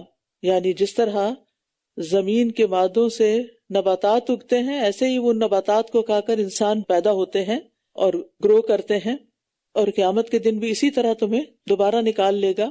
ثم یعیدکم فیہا ویخرجکم اخراجا، پھر وہ اسی میں تمہیں لوٹائے گا اور اسی سے تمہیں دوبارہ نکالے گا. اور اللہ نے تمہارے لیے زمین کو بچھونا بنایا تاکہ تم اس کے کشادہ راستوں میں چلو پھرو. یہ بھی اللہ کا بہت بڑا احسان ہے کہ زمین میں ایک جگہ سے دوسری جگہ جانے کے لیے راستے مل جاتے ہیں. پہاڑوں کی شیپ ایسی ہے کہ ان کے بیچوں بیچ بھی راستے بنے ہوتے ہیں. نوح نے کہا اے میرے رب، انہوں نے میری نافرمانی کی اور ان کی پیروی کی جن کے مال اور اولاد نے انہیں خسارے میں ہی زیادہ کیا. یعنی مالداروں کو ان کے مال اور اولاد نے دھوکے میں ڈالے رکھا. دنیا کی فراخی نے انہیں سرکش بنا دیا، کیونکہ دنیا کی جو ان کی خواہشات تھی مال سے وہ پوری ہو رہی تھی، تو انہیں پھر آگے کوئی فکر ہی نہیں تھی. اور انہوں نے ایک بہت بڑی چال چلی، اور وہ کیا تھی کہ نوح علیہ السلام کو قتل کر دیا جائے. اور انہوں نے کہا تم ہرگز اپنے معبودوں کو نہ چھوڑنا، اور نہ کبھی ود کو چھوڑنا، اور نہ سوا کو، اور نہ یغوث کو، اور یعوق اور نصر کو، اور یقیناً انہوں نے ایک کثیر تعداد کو بھٹکا دیا. تو اے رب، تو ان ظالموں کو بس گمراہی میں ہی زیادہ کر. اپنی خطاؤں کی وجہ سے ہی وہ غرق کر دیے گئے، پھر وہ آگ میں داخل کیے گئے، پھر انہوں نے اپنے لیے اللہ کے سوا کوئی مددگار نہ پایا. اس آیت میں عذاب قبر کا بھی ثبوت ہے. قوم نوح کہاں ڈوب کے مری تھی؟ پانی میں. اس کا ذکر کیا گیا مما خطیئاتہم، اپنے گناہوں کی وجہ سے اغرقوا، پانی میں ڈبو دیے گئے، یعنی جو طوفان آیا تھا اس میں. لیکن ساتھ ہی فادخلوا نارا، پانی میں مرنے کے بعد آگ میں داخل کر دیے گئے. یعنی انہیں قبریں تو نصیب نہیں ہوئی لیکن پھر بھی وہ آگ میں ہے. وقال نوح رب لا تذر علی الارض من الکافرین دیارا، اور نوح نے کہا اے میرے رب، تو زمین پر ان کافروں میں سے کوئی بسنے والا نہ چھوڑ. اگر تو انہیں چھوڑ دے گا تو یقیناً یہ تیرے بندوں کو بھٹکا دیں گے اور یہ بدکار اور پکے کافر کو ہی جنم دیں گے. رب اغفر لی ولوالدی ولمن دخل بیتی مؤمنا وللمؤمنین والمؤمنات ولا تزد الظالمین الا تبارا. اے میرے رب، تو مجھے اور میرے والدین کو بخش دے، اور اس کو جو ایمان لا کر میرے گھر میں داخل ہوا، اور مومن مردوں اور مومن عورتوں کو بھی، اور تو ظالموں کو بس ہلاکت ہی میں زیادہ کر. یہاں دعا مانگنے کا مسنون طریقہ پتہ چل رہا ہے. وہ کیا ہے؟ انسان پہلے اپنے لیے دعا کرے، پھر گھر والوں کے لیے کرے، پھر اور لوگوں کے لیے کرے. نبی صلی اللہ علیہ وسلم کسی کا ذکر کرتے ہوئے اس کے لیے دعا کرنے لگتے تو پہلے اپنے لیے کرتے. انبیاء میں سے کسی کا ذکر کرتے تو اپنی ذات سے شروع کرتے اور فرماتے کہ ہم پر اللہ کی رحمت اور ہمارے فلاں بھائی پر. سورۃ الجن. بسم اللہ الرحمن الرحیم. قل اوحی الی انہ استمع نفر من الجن فقالوا انا سمعنا قرآنا عجبا. قل اوحی الی انہ استمع نفر من الجن فقالوا انا سمعنا قرآنا عجبا. آپ کہہ دیجئے میری طرف وحی کی گئی ہے کہ جنوں کے ایک گروہ نے غور سے سنا تو وہ کہنے لگے بے شک ہم نے ایک عجیب قرآن سنا ہے. اس وقت نبی صلی اللہ علیہ وسلم مقام نخلہ میں تھے اور عکاظ کے بازار کی طرف جانے کی نیت رکھتے تھے. آپ نے اپنے صحابہ کو نماز فجر پڑھائی تو اس وقت جنات نے قرآن سنا تھا. تو کفار قریش کے مقابلے میں جنات اگرچہ سرکش ہیں لیکن قرآن سن کے فوراً ہی ایمان لے آئے اور سمجھ لیا کہ قرآن کا میسج کیا ہے.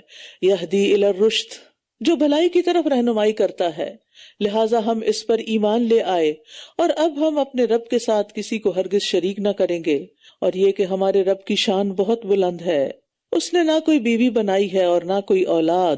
اور یہ کہ ہم میں سے ناسمجھ لوگ اللہ کے بارے میں ناحق باتیں کیا کرتے تھے، یعنی جنہوں نے اللہ کی بلند شان کا بھی اعتراف کیا اور دوسری طرف اپنی غلطیوں کا بھی. اور یہ کہ ہم سمجھتے تھے کہ انسان اور جن اللہ کے بارے میں ہرگز کوئی جھوٹی بات نہ کریں گے، یہ بھی ان کی غلط فہمی تھی. اور یہ کہ انسانوں میں سے کچھ لوگ بعض جنات کی پناہ لیا کرتے تھے تو اس نے ان جنات کو سرکشی میں اور بڑھا دیا.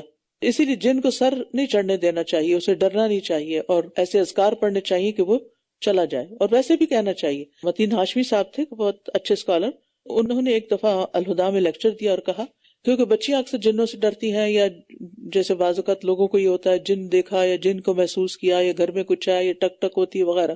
تو انہوں نے کہا کہ اگر کوئی بھی ایسی علامت آپ دیکھیں تو آپ یہ سوچیں کہ میں انسان ہوں، انسان کو اللہ نے جن پر فضیلت دی ہے، لہٰذا آپ کی بات اس کو سننی چاہیے. آپ کہا کریں کہ تم جو بھی ہو یہاں سے چلے جاؤ. وہ کہتے ہیں میں نے اس طرح کئی جنات کو گھروں سے نکالا. اور آپ یہ خود بھی کر سکتے ہیں کہ اگر آپ کو محسوس ہوتا ہے کہ گھر میں کچھ غیر معمولی قسم کی ایکٹیویٹی ہے تو آپ بلند آواز سے سلام کر کے سب کو رخصت کریں. اور کسی جگہ اگر آپ جا کے ٹھہرے، مثلاً بعض اوقات ہوتا ہے نا کہ آپ کا کوئی گھر ہے، آپ سال بھر کہیں دوسری جگہ چلے گئے، واپس آ کے گھر کھولا تو خالی گھروں میں جنات بسیرا کر لیتے ہیں بعض اوقات، تو وہاں داخل ہوتے ہی 3 دفعہ اعوذ بکلمات اللہ التامات من شر ما خلق. اسی طرح ہوٹلز وغیرہ میں جاتے ہیں، بعض اوقات وہ کمرے عرصے بعد کھولتے ہیں، یا کسی بھی جگہ پر آپ داخل ہوتے ہیں تو یہ دعا پڑھ لیں تو انشاءاللہ کوئی نقصان نہیں ہوگا. اور اسی طرح اللہ تعالیٰ کے اسماء حسنی کی پناہ لینی چاہیے.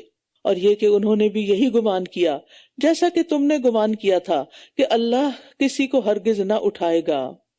وَأَنَّا لَمَسْنَا السَّمَاءَ فَوَجَدْنَاهَا مُلِئَتْ حَرَسًا شَدِيدًا وَشُهُبًا، اور یہ کہ ہم نے آسمان کو ٹٹولا تو اسے سخت پہرے داروں اور شعلوں سے بھرا ہوا پایا. یعنی شیاطین چوری چھپے آسمان کی باتیں سننے کی کوشش کرتے تھے، تو اب ان پر شہاب ثاقب برسنے لگے. تو انہوں نے کہا کہ ہم جاتے تھے لیکن اتنے شہاب تھے کہ ہم ٹھہر نہیں سکتے. اور یہ کہ ہم اس کی بیٹھکوں میں سن گن لینے کے لیے بیٹھتے تھے، یعنی آسمان کی ایسی جگہوں پر کہ جہاں ہم فرشتوں کی باتیں سن سکیں. اب جو بھی کان لگاتا ہے تو وہ اپنے لیے ایک شعلہ گھات میں لگا ہوا پاتا ہے، یعنی اب وہاں جا ہی نہیں پا رہے. اور ہم نہیں جانتے کہ آیا زمین والوں کے ساتھ کسی برائی کا ارادہ کیا گیا ہے یا ان کے رب نے ان کے ساتھ کسی بھلائی کا ارادہ کیا. یہاں جنوں کی سمجھداری کو ملاحظہ کیجئے، خیر کی نسبت اللہ کی طرف اور شر کی نسبت اس کی طرف نہیں کی. اور یہ کہ ہم میں سے کچھ نیک ہیں اور بعض اس کے علاوہ بھی ہیں. وَمِنَّا دُونَ ذَلِكَ، یہ سب سے ہلکا لفظ ہے کسی کو ڈسکرائب کرنے کے لیے جب وہ آپ سے 100% اختلاف رکھتا ہو. اور بعض اس کے علاوہ بھی ہیں، ہم مختلف طریقوں میں بٹے ہوئے ہیں. یعنی جنوں میں صالح اور غیر صالح ہر قسم کے جن پائے جاتے ہیں.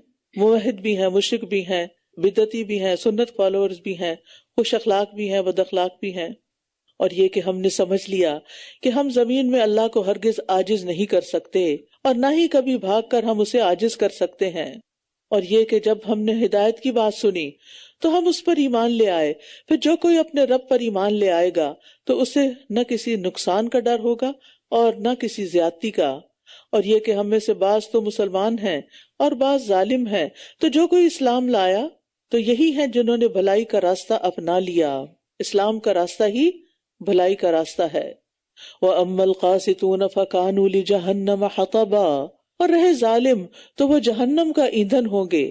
اور یہ کہ اگر یہ لوگ راہ راست پر قائم رہتے تو ہم انہیں ضرور وافر پانی پلاتے. یعنی اسلام کے راستے پر چلنے سے ان کے رزق میں وسعت ہوتی.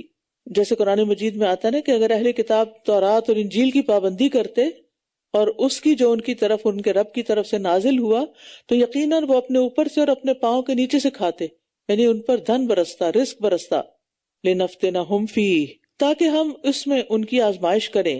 اور جو کوئی اپنے رب کے ذکر سے منہ موڑے گا تو وہ اسے سخت عذاب میں مبتلا کرے گا.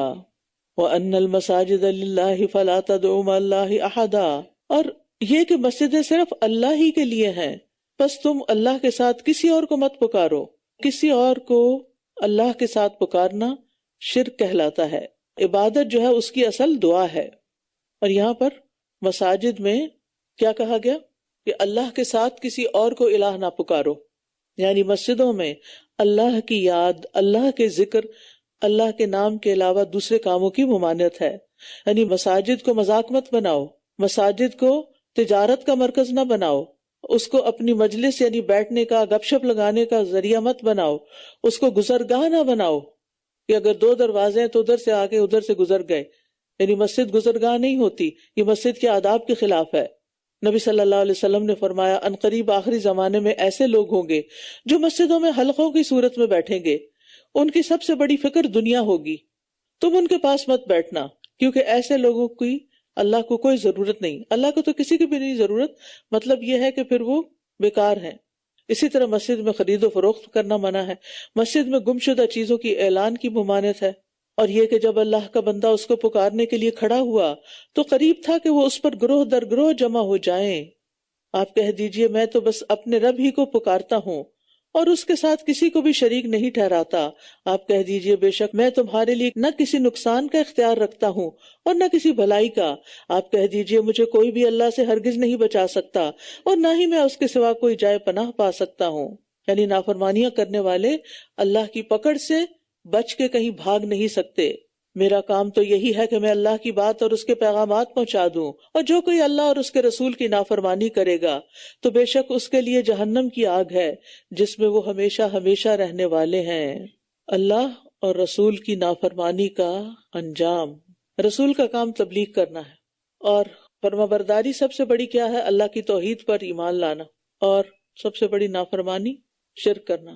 حتیٰ اذا رأوا ما یوعدون، یہاں تک کہ جب وہ اس چیز کو دیکھ لیں گے جس کا وہ وعدہ دیے جاتے ہیں تو ضرور وہ جان لیں گے کہ مددگار کے اعتبار سے زیادہ کمزور اور تعداد کے اعتبار سے کون زیادہ کم ہے، کیونکہ کفار کو اپنی تعداد اور اپنی قوت پہ بڑا فخر تھا، جیسے آج کے لوگوں کو اپنی ذہنی قوت کا بڑا مان ہوتا ہے نا، کہ ہم بہت کچھ جانتے ہیں، تو ان کو بھی مختلف چیزوں پہ بڑے مان تھے۔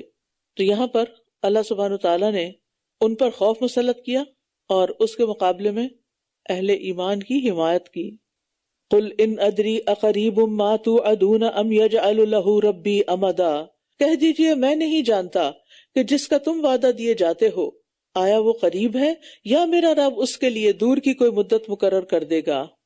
وہ غیب کو جاننے والا ہے، بس وہ اپنے غیب پر کسی کو بھی مطلع نہیں کرتا سوائے اس کے جسے وہ بطور رسول پسند کر لے، تو وہ اس کے آگے اور اس کے پیچھے نگران مقرر کر دیتا ہے تاکہ وہ جان لے کہ یقیناً انہوں نے اپنے رب کے پیغامات پہنچا دیے ہیں، اور جو کچھ ان کے پاس ہے اس نے ان کا احاطہ کر رکھا ہے، اور اس نے ہر چیز کو گن کر شمار کر رکھا ہے۔ تو یاد رکھیے رسول کو غیب میں سے صرف اتنی باتیں پتہ ہوتی ہیں جنہیں اللہ تعالیٰ بتائے، اور اس سے زیادہ نہیں معلوم ہوتی۔ سورۃ المزمل۔ بسم اللہ الرحمن الرحیم۔ یا ایہا المزمل قم اللیل الا قلیلا نصفہ او انقص منہ قلیلا او زد علیہ ورتل القرآن ترتیلا۔ بسم اللہ الرحمن الرحیم۔ یا ایہا المزمل قم اللیل الا قلیلا، اے کپڑے میں لپٹنے والے رات کو قیام کیجئے مگر کم۔ حضرت عائشہ کہتی ہیں کہ پہلی وحی کے نزول کے موقع پر جب فرشتے نے آپ کو 3 مرتبہ زور سے دبایا تو آپ گھر میں خدیجہ رضی اللہ عنہا کے پاس آئے اور فرمایا مجھے چادر اڑا دو، مجھے چادر اڑا دو، کیونکہ آپ پر فرشتے کی ملاقات اور وحی اترنے کا ایک رعب اور خوف طاری ہو گیا تھا، تو اس کی وجہ سے آپ کپڑا لپیٹ لیتے تھے۔ تو آپ کو کپڑا لپیٹنے کی بجائے کیا کہا گیا؟ اٹھ کے قیام کیجئے۔ یعنی عام طور پر ہوتا ہے یہ نا کہ جس چیز سے ہم ڈرتے ہیں پھر ہم اس کو اوائڈ کرنے لگتے ہیں، تو اس کا حل کیا ہے کہ انسان اس کو فیس کرے، ریالٹی کو فیس کرے اور اس کے لیے تیاری کرے۔ تو آپ کو رات کے کچھ حصے میں قیام کا حکم دیا گیا۔ فرض نمازوں کے بعد سب سے افضل نماز رات کا قیام ہے۔ نصفہ او انقص منہ قلیلا، رات کا آدھا حصہ یا اس سے تھوڑا کم کر لیجئے یا اس پر کچھ بڑھا دیجئے، اور قرآن کو خوب ٹھہر ٹھہر کر پڑھا کیجئے۔ ترتیل سے مراد ٹھہر ٹھہر کر، لمبا کر کے، حرکات کو نمایاں کر کے اور حروف کو واضح کر کے پڑھنا، کیونکہ ترتیل کے ساتھ جب پڑھا جاتا ہے تو غور و فکر میں مدد ملتی ہے۔ انا سنلقی علیک قولا ثقیلا، ان قریب ہم آپ پر ایک بھاری کلام نازل کریں گے، یعنی قرآن مجید۔ ان ناشیۃ اللیل ہی اشد وطئا واقوم قیلا، بے شک رات کا اٹھنا نفس کو کچلنے میں اور بات کو درست رکھنے میں زیادہ موزوں ہے، یعنی رات کا اٹھنا نفس پر بھاری ہوتا ہے نا، تو اس سے نفس کنٹرول میں آتا ہے، کچلا جاتا ہے۔ اور پھر جب نفس کے اگینسٹ، یعنی نفس کا علاج کیا ہے؟ نفس کے خلاف جانا۔ تو جب انسان نفس کے خلاف جاتا ہے تو انسان کے اندر مشقت اٹھانے کی قوت پیدا ہو جاتی ہے، اور ویسے بھی رات کا آخری حصہ خاص قبولیت کا وقت ہوتا ہے۔ ان لک فی النہار سبحا طویلا، بے شک دن میں آپ کے لیے طویل مصروفیت ہے، یعنی دن میں ایسی مشغولیت ہوتی ہے کہ انسان یکسوئی سے عبادت نہیں کر سکتا جتنا بھی چاہے۔ شور، آوازیں، لوگوں کا آنا جانا، کئی مسئلے مسائل، کئی ضروریات کا پیش آنا. وَاذْكُرِ اسْمَ رَبِّكَ وَتَبَتَّلْ إِلَيْهِ تَبْتِيلًا، اور آپ اپنے رب کا نام ذکر کیجئے اور سب سے الگ ہو کر اسی کی طرف متوجہ ہو جائیے. رب المشرق والمغرب لا الہ الا ہو فاتخذہ وکیلا، وہ مشرق اور مغرب کا رب ہے، اس کے سوا کوئی معبود نہیں، بس آپ اسی کو کارساز بنا لیجئے. کتنا خوبصورت سبق ہے یہ. انسان جب کسی مشکل کا شکار ہوتا ہے تو انسانوں پہ بھروسہ کرتا ہے، انسانوں کی طرف دیکھتا ہے کہ کون میری مدد کرے گا. لیکن انسان کو کیا کرنا چاہیے کہ جتنی بڑی مشکل ہو اتنا ہی زیادہ اللہ کی طرف رجوع ہو، اس کو ہی اپنا کارساز سمجھا جائے، اور جو کچھ وہ کہتے ہیں اس پر صبر کیجئے اور خوبصورت انداز سے انہیں چھوڑ دیجئے. کیونکہ ہوتا یہ ہے کہ جب آپ لوگوں کے سامنے اپنا کوئی مسئلہ رکھتے ہیں نا تو لوگ آپ کو کمتر سمجھنے شروع ہو جاتے ہیں کہ اچھا اس کو بھی مصیبت آئی ہوئی ہے نا، ضرور اس کا کوئی گناہ ہوگا اور ضرور اس کی کوئی کوتاہی ہوگی، اور آپ اپنے آپ کو قصوروار سمجھنا شروع کر دیتے ہیں. بعض اوقات وہ الٹے سیدھے مشورے آپ کو دیتے ہیں. لیکن جب آپ رب کے حضور مناجات کرتے ہیں، غم اور دکھ کی داستان اللہ کو سناتے ہیں، تو وہاں سے جو مدد آتی ہے وہ کسی انسان کی طرف سے نہیں آتی. اور یہاں پر کیا کہا گیا؟ جھٹلانے والوں سے خوبصورت طریقے سے الگ ہو جائیے. یعنی اس کا یہ مطلب نہیں کہ ان کو سمجھائیے نہیں، لیکن یہ ہے کہ ان کی باتوں پہ زیادہ توجہ نہیں دیجیے. کیونکہ زندگی میں کچھ لوگ آپ کو ضرور ایسے ملتے ہیں کہ جو آپ کی بات کو کوئی بھی کریں آپ وہ رد کریں گے. اور جب کسی انسان کی ہر بات رد ہونے لگے تو اس کے کانفیڈنس کا حال کیا ہوتا ہے؟ پھر وہ سمجھتا ہے شاید میں ہی غلط ہوں. تو اس لیے زندگی سے ایسے لوگوں کو نکال دیجئے کہ جو آپ کی صحیح بات کو بھی غلط کرنے والے ہوں. یعنی نکالنے سے مراد یہ نہیں کہ ان کو گھر سے باہر نکال دیں، اس کا مطلب یہ ہے کہ ان کی بات کو زیادہ اہمیت نہ دیں، بہت سیریس نہ لیں. اور مجھے اور ان جھٹلانے والے آسودہ حال لوگوں کو چھوڑ دیجئے، یعنی انہیں آپ اگنور کیجئے، ان کا معاملہ مجھ پہ چھوڑ دیجئے، میں ان کی خبر لوں گا، اور انہیں تھوڑی سی مہلت دے دیجئے. بے شک ہمارے پاس بیڑیاں اور سخت بھڑکتی آگ ہے اور گلے میں اٹکنے والا کھانا اور دردناک عذاب ہے. جس دن زمین اور پہاڑ کانپ اٹھیں گے اور پہاڑ ریت کے بھربھرے ٹیلوں کی طرح ہو جائیں گے. بے شک ہم نے تمہاری طرف ایک رسول بھیجا جو تم پر گواہی دینے والا ہے، جیسا کہ ہم نے فرعون کی طرف ایک رسول بھیجا تھا. تو فرعون نے اس رسول کی نافرمانی کی، یعنی موسیٰ علیہ السلام کی، تو ہم نے اسے نہایت سختی سے پکڑ لیا. یہ اہل مکہ کو تنبیہ کی جا رہی ہے. سو اگر تم نے کفر کیا تو اس دن سے کس طرح بچ پاؤ گے جو بچوں کو بوڑھا کر دے گا. اس دن آسمان پھٹ جانے والا ہے، اس کا وعدہ پورا ہو کر رہنے والا ہے. یعنی قیامت کے دن کی ہولناکیوں سے بچے بھی بوڑھے ہو جائیں گے اور آسمان جیسی بڑی مخلوق بھی پھٹ جائے گی. بے شک یہ ایک نصیحت ہے، بس جو چاہے اپنے رب کی طرف راستہ بنا لے، یعنی اپنی آخرت کو منزل بنا کر.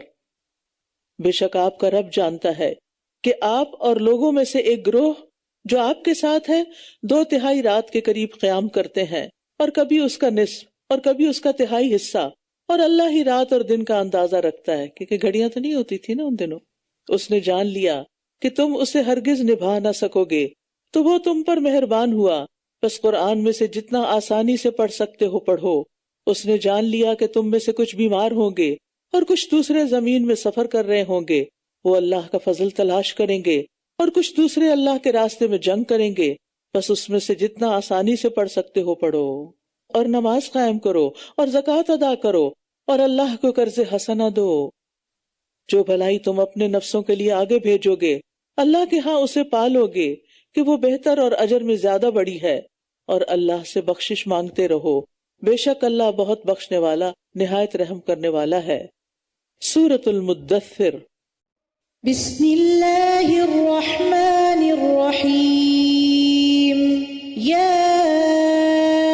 ایہا المدثر قم فانذر وربک فکبر.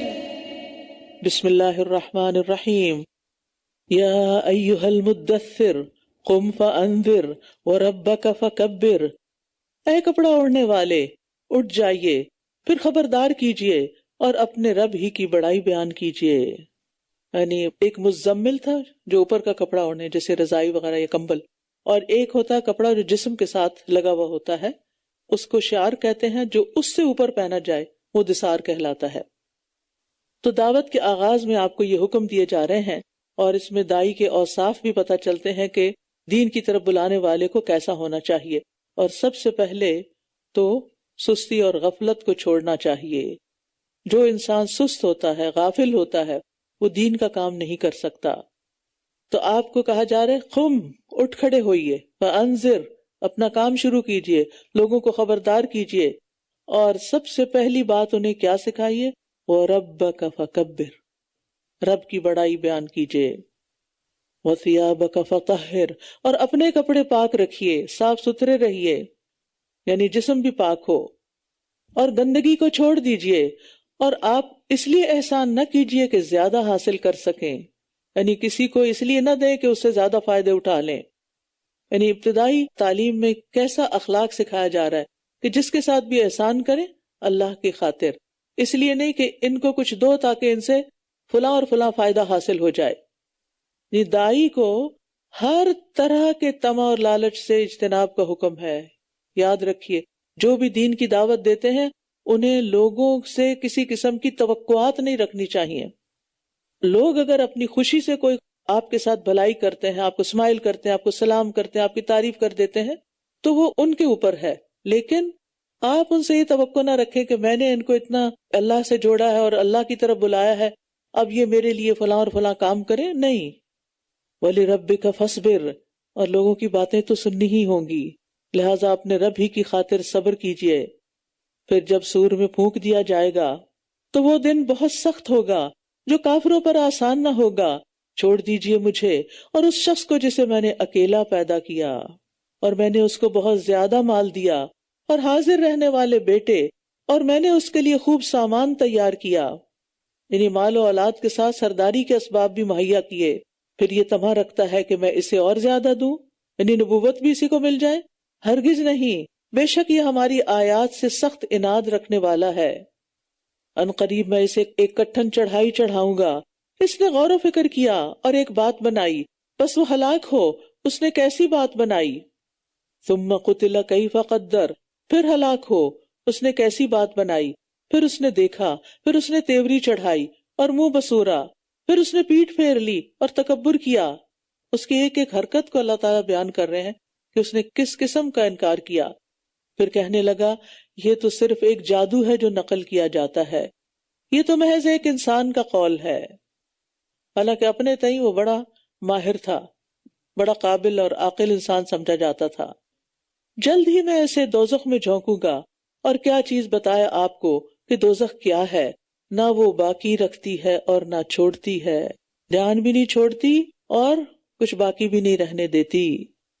انسان کے جسم کی ہر چیز جلا دے گی، ہر چیز، بال، کھال، آنکھیں، سکن، ہر چیز. اور انسان کا حال کیا ہوگا؟ ثم لا يموت فيها ولا يحيا، کھال کو جھلسا دینے والی ہے، اس پر 19 فرشتے مقرر ہیں.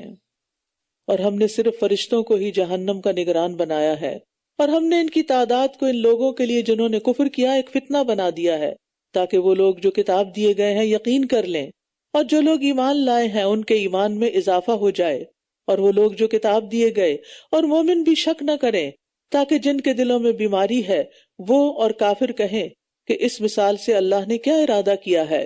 اسی طرح اللہ جسے چاہتا ہے بھٹکا دیتا ہے اور جسے چاہتا ہے ہدایت دیتا ہے، اور آپ کے رب کے لشکروں کو اس کے سوا کوئی نہیں جانتا، اور یہ تو انسانوں کے لیے ایک نصیحت ہی ہے.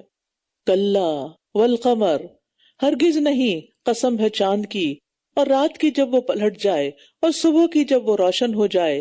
بے شک یہ جہنم بہت بڑی چیزوں میں سے ایک ہے، انسانوں کو ڈرانے والی ہے، ہر اس شخص کو جو تم میں سے آگے بڑھنا چاہے یا پیچھے رہنا چاہے، یعنی نیکیوں میں آگے بڑھنا چاہے یا پیچھے رہنا چاہے، یا گناہوں میں آگے بڑھنا چاہے یا پیچھے رہنا چاہے.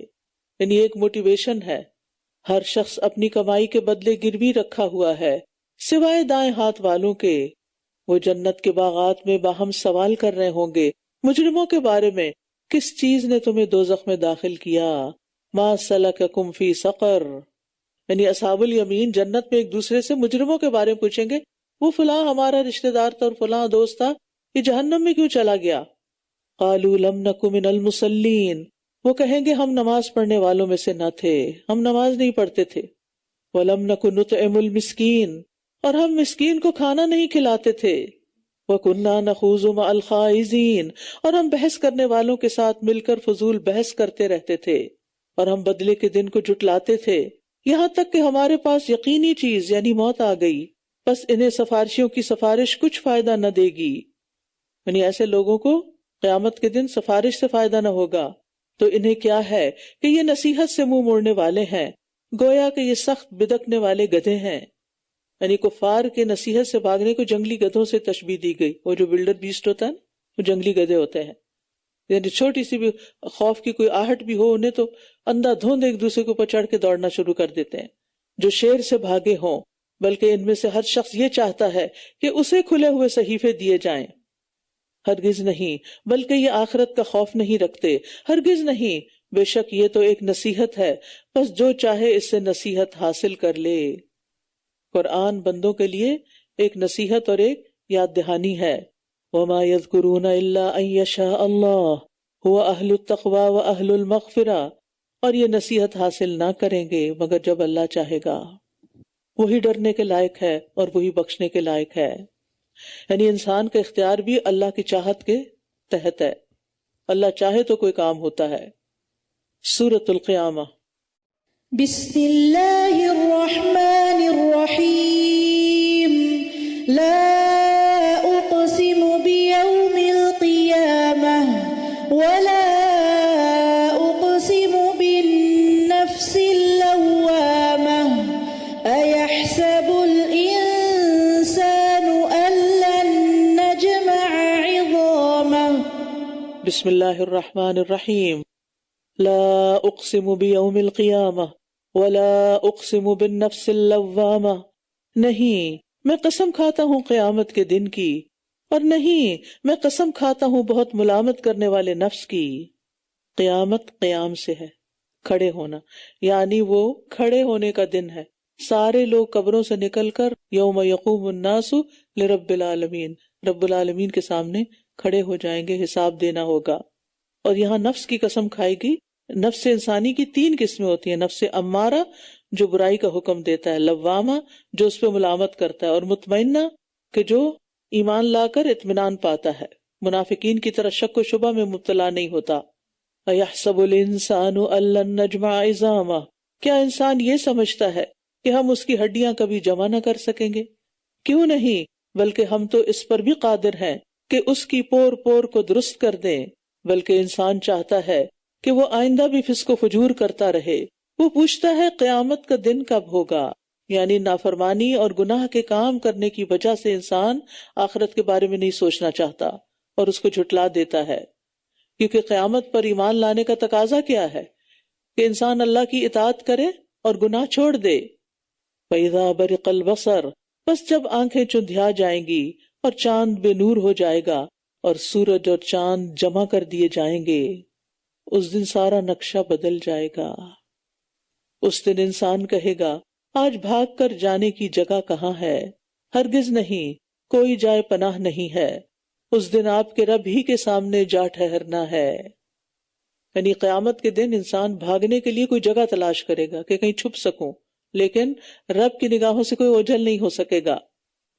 اس دن انسان کو بتا دیا جائے گا جو اس نے آگے بھیجا اور جو پیچھے چھوڑا، بلکہ انسان اپنے آپ کو خوب دیکھنے والا ہے، اگرچہ وہ کتنی ہی معذرتیں پیش کرے۔ یعنی انسان کو اپنے اعمال کی خود خبر ہوتی ہے، پتہ ہوتا ہے کہ وہ کتنے پانی میں ہے۔ آپ اس کے ساتھ اپنی زبان کو حرکت نہ دیجیے تاکہ آپ اس کو جلدی اخذ کر سکیں۔ یعنی قرآن سننے کا بھی ایک ادب ہے کہ اسے سن کر پھر اس کے بعد اس کو پڑھا جائے، خاموشی سے سنا جائے، کان لگا کر سنا جائے۔ قرآن کو جمع کرنے اور اس کو بیان کرنے، نشر کرنے کا ذمہ اللہ نے خود لیا ہے، اور قرآن کی حفاظت کا ذمہ بھی اللہ نے خود لیا ہے، اور اس کی وضاحت کا ذمہ بھی اللہ ہی کے اوپر ہے، اور حدیث قرآن ہی کا بیان ہے، اس لیے اس پر بھی عمل کرنا ضروری ہے۔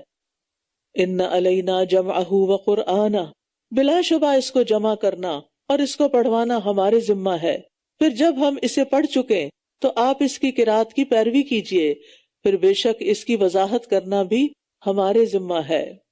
کلا بل تحبون العاجلہ، ہرگز نہیں بلکہ تم جلد ملنے والی چیز یعنی دنیا سے محبت کرتے ہو. یہ ہے انسان کی کمزوری.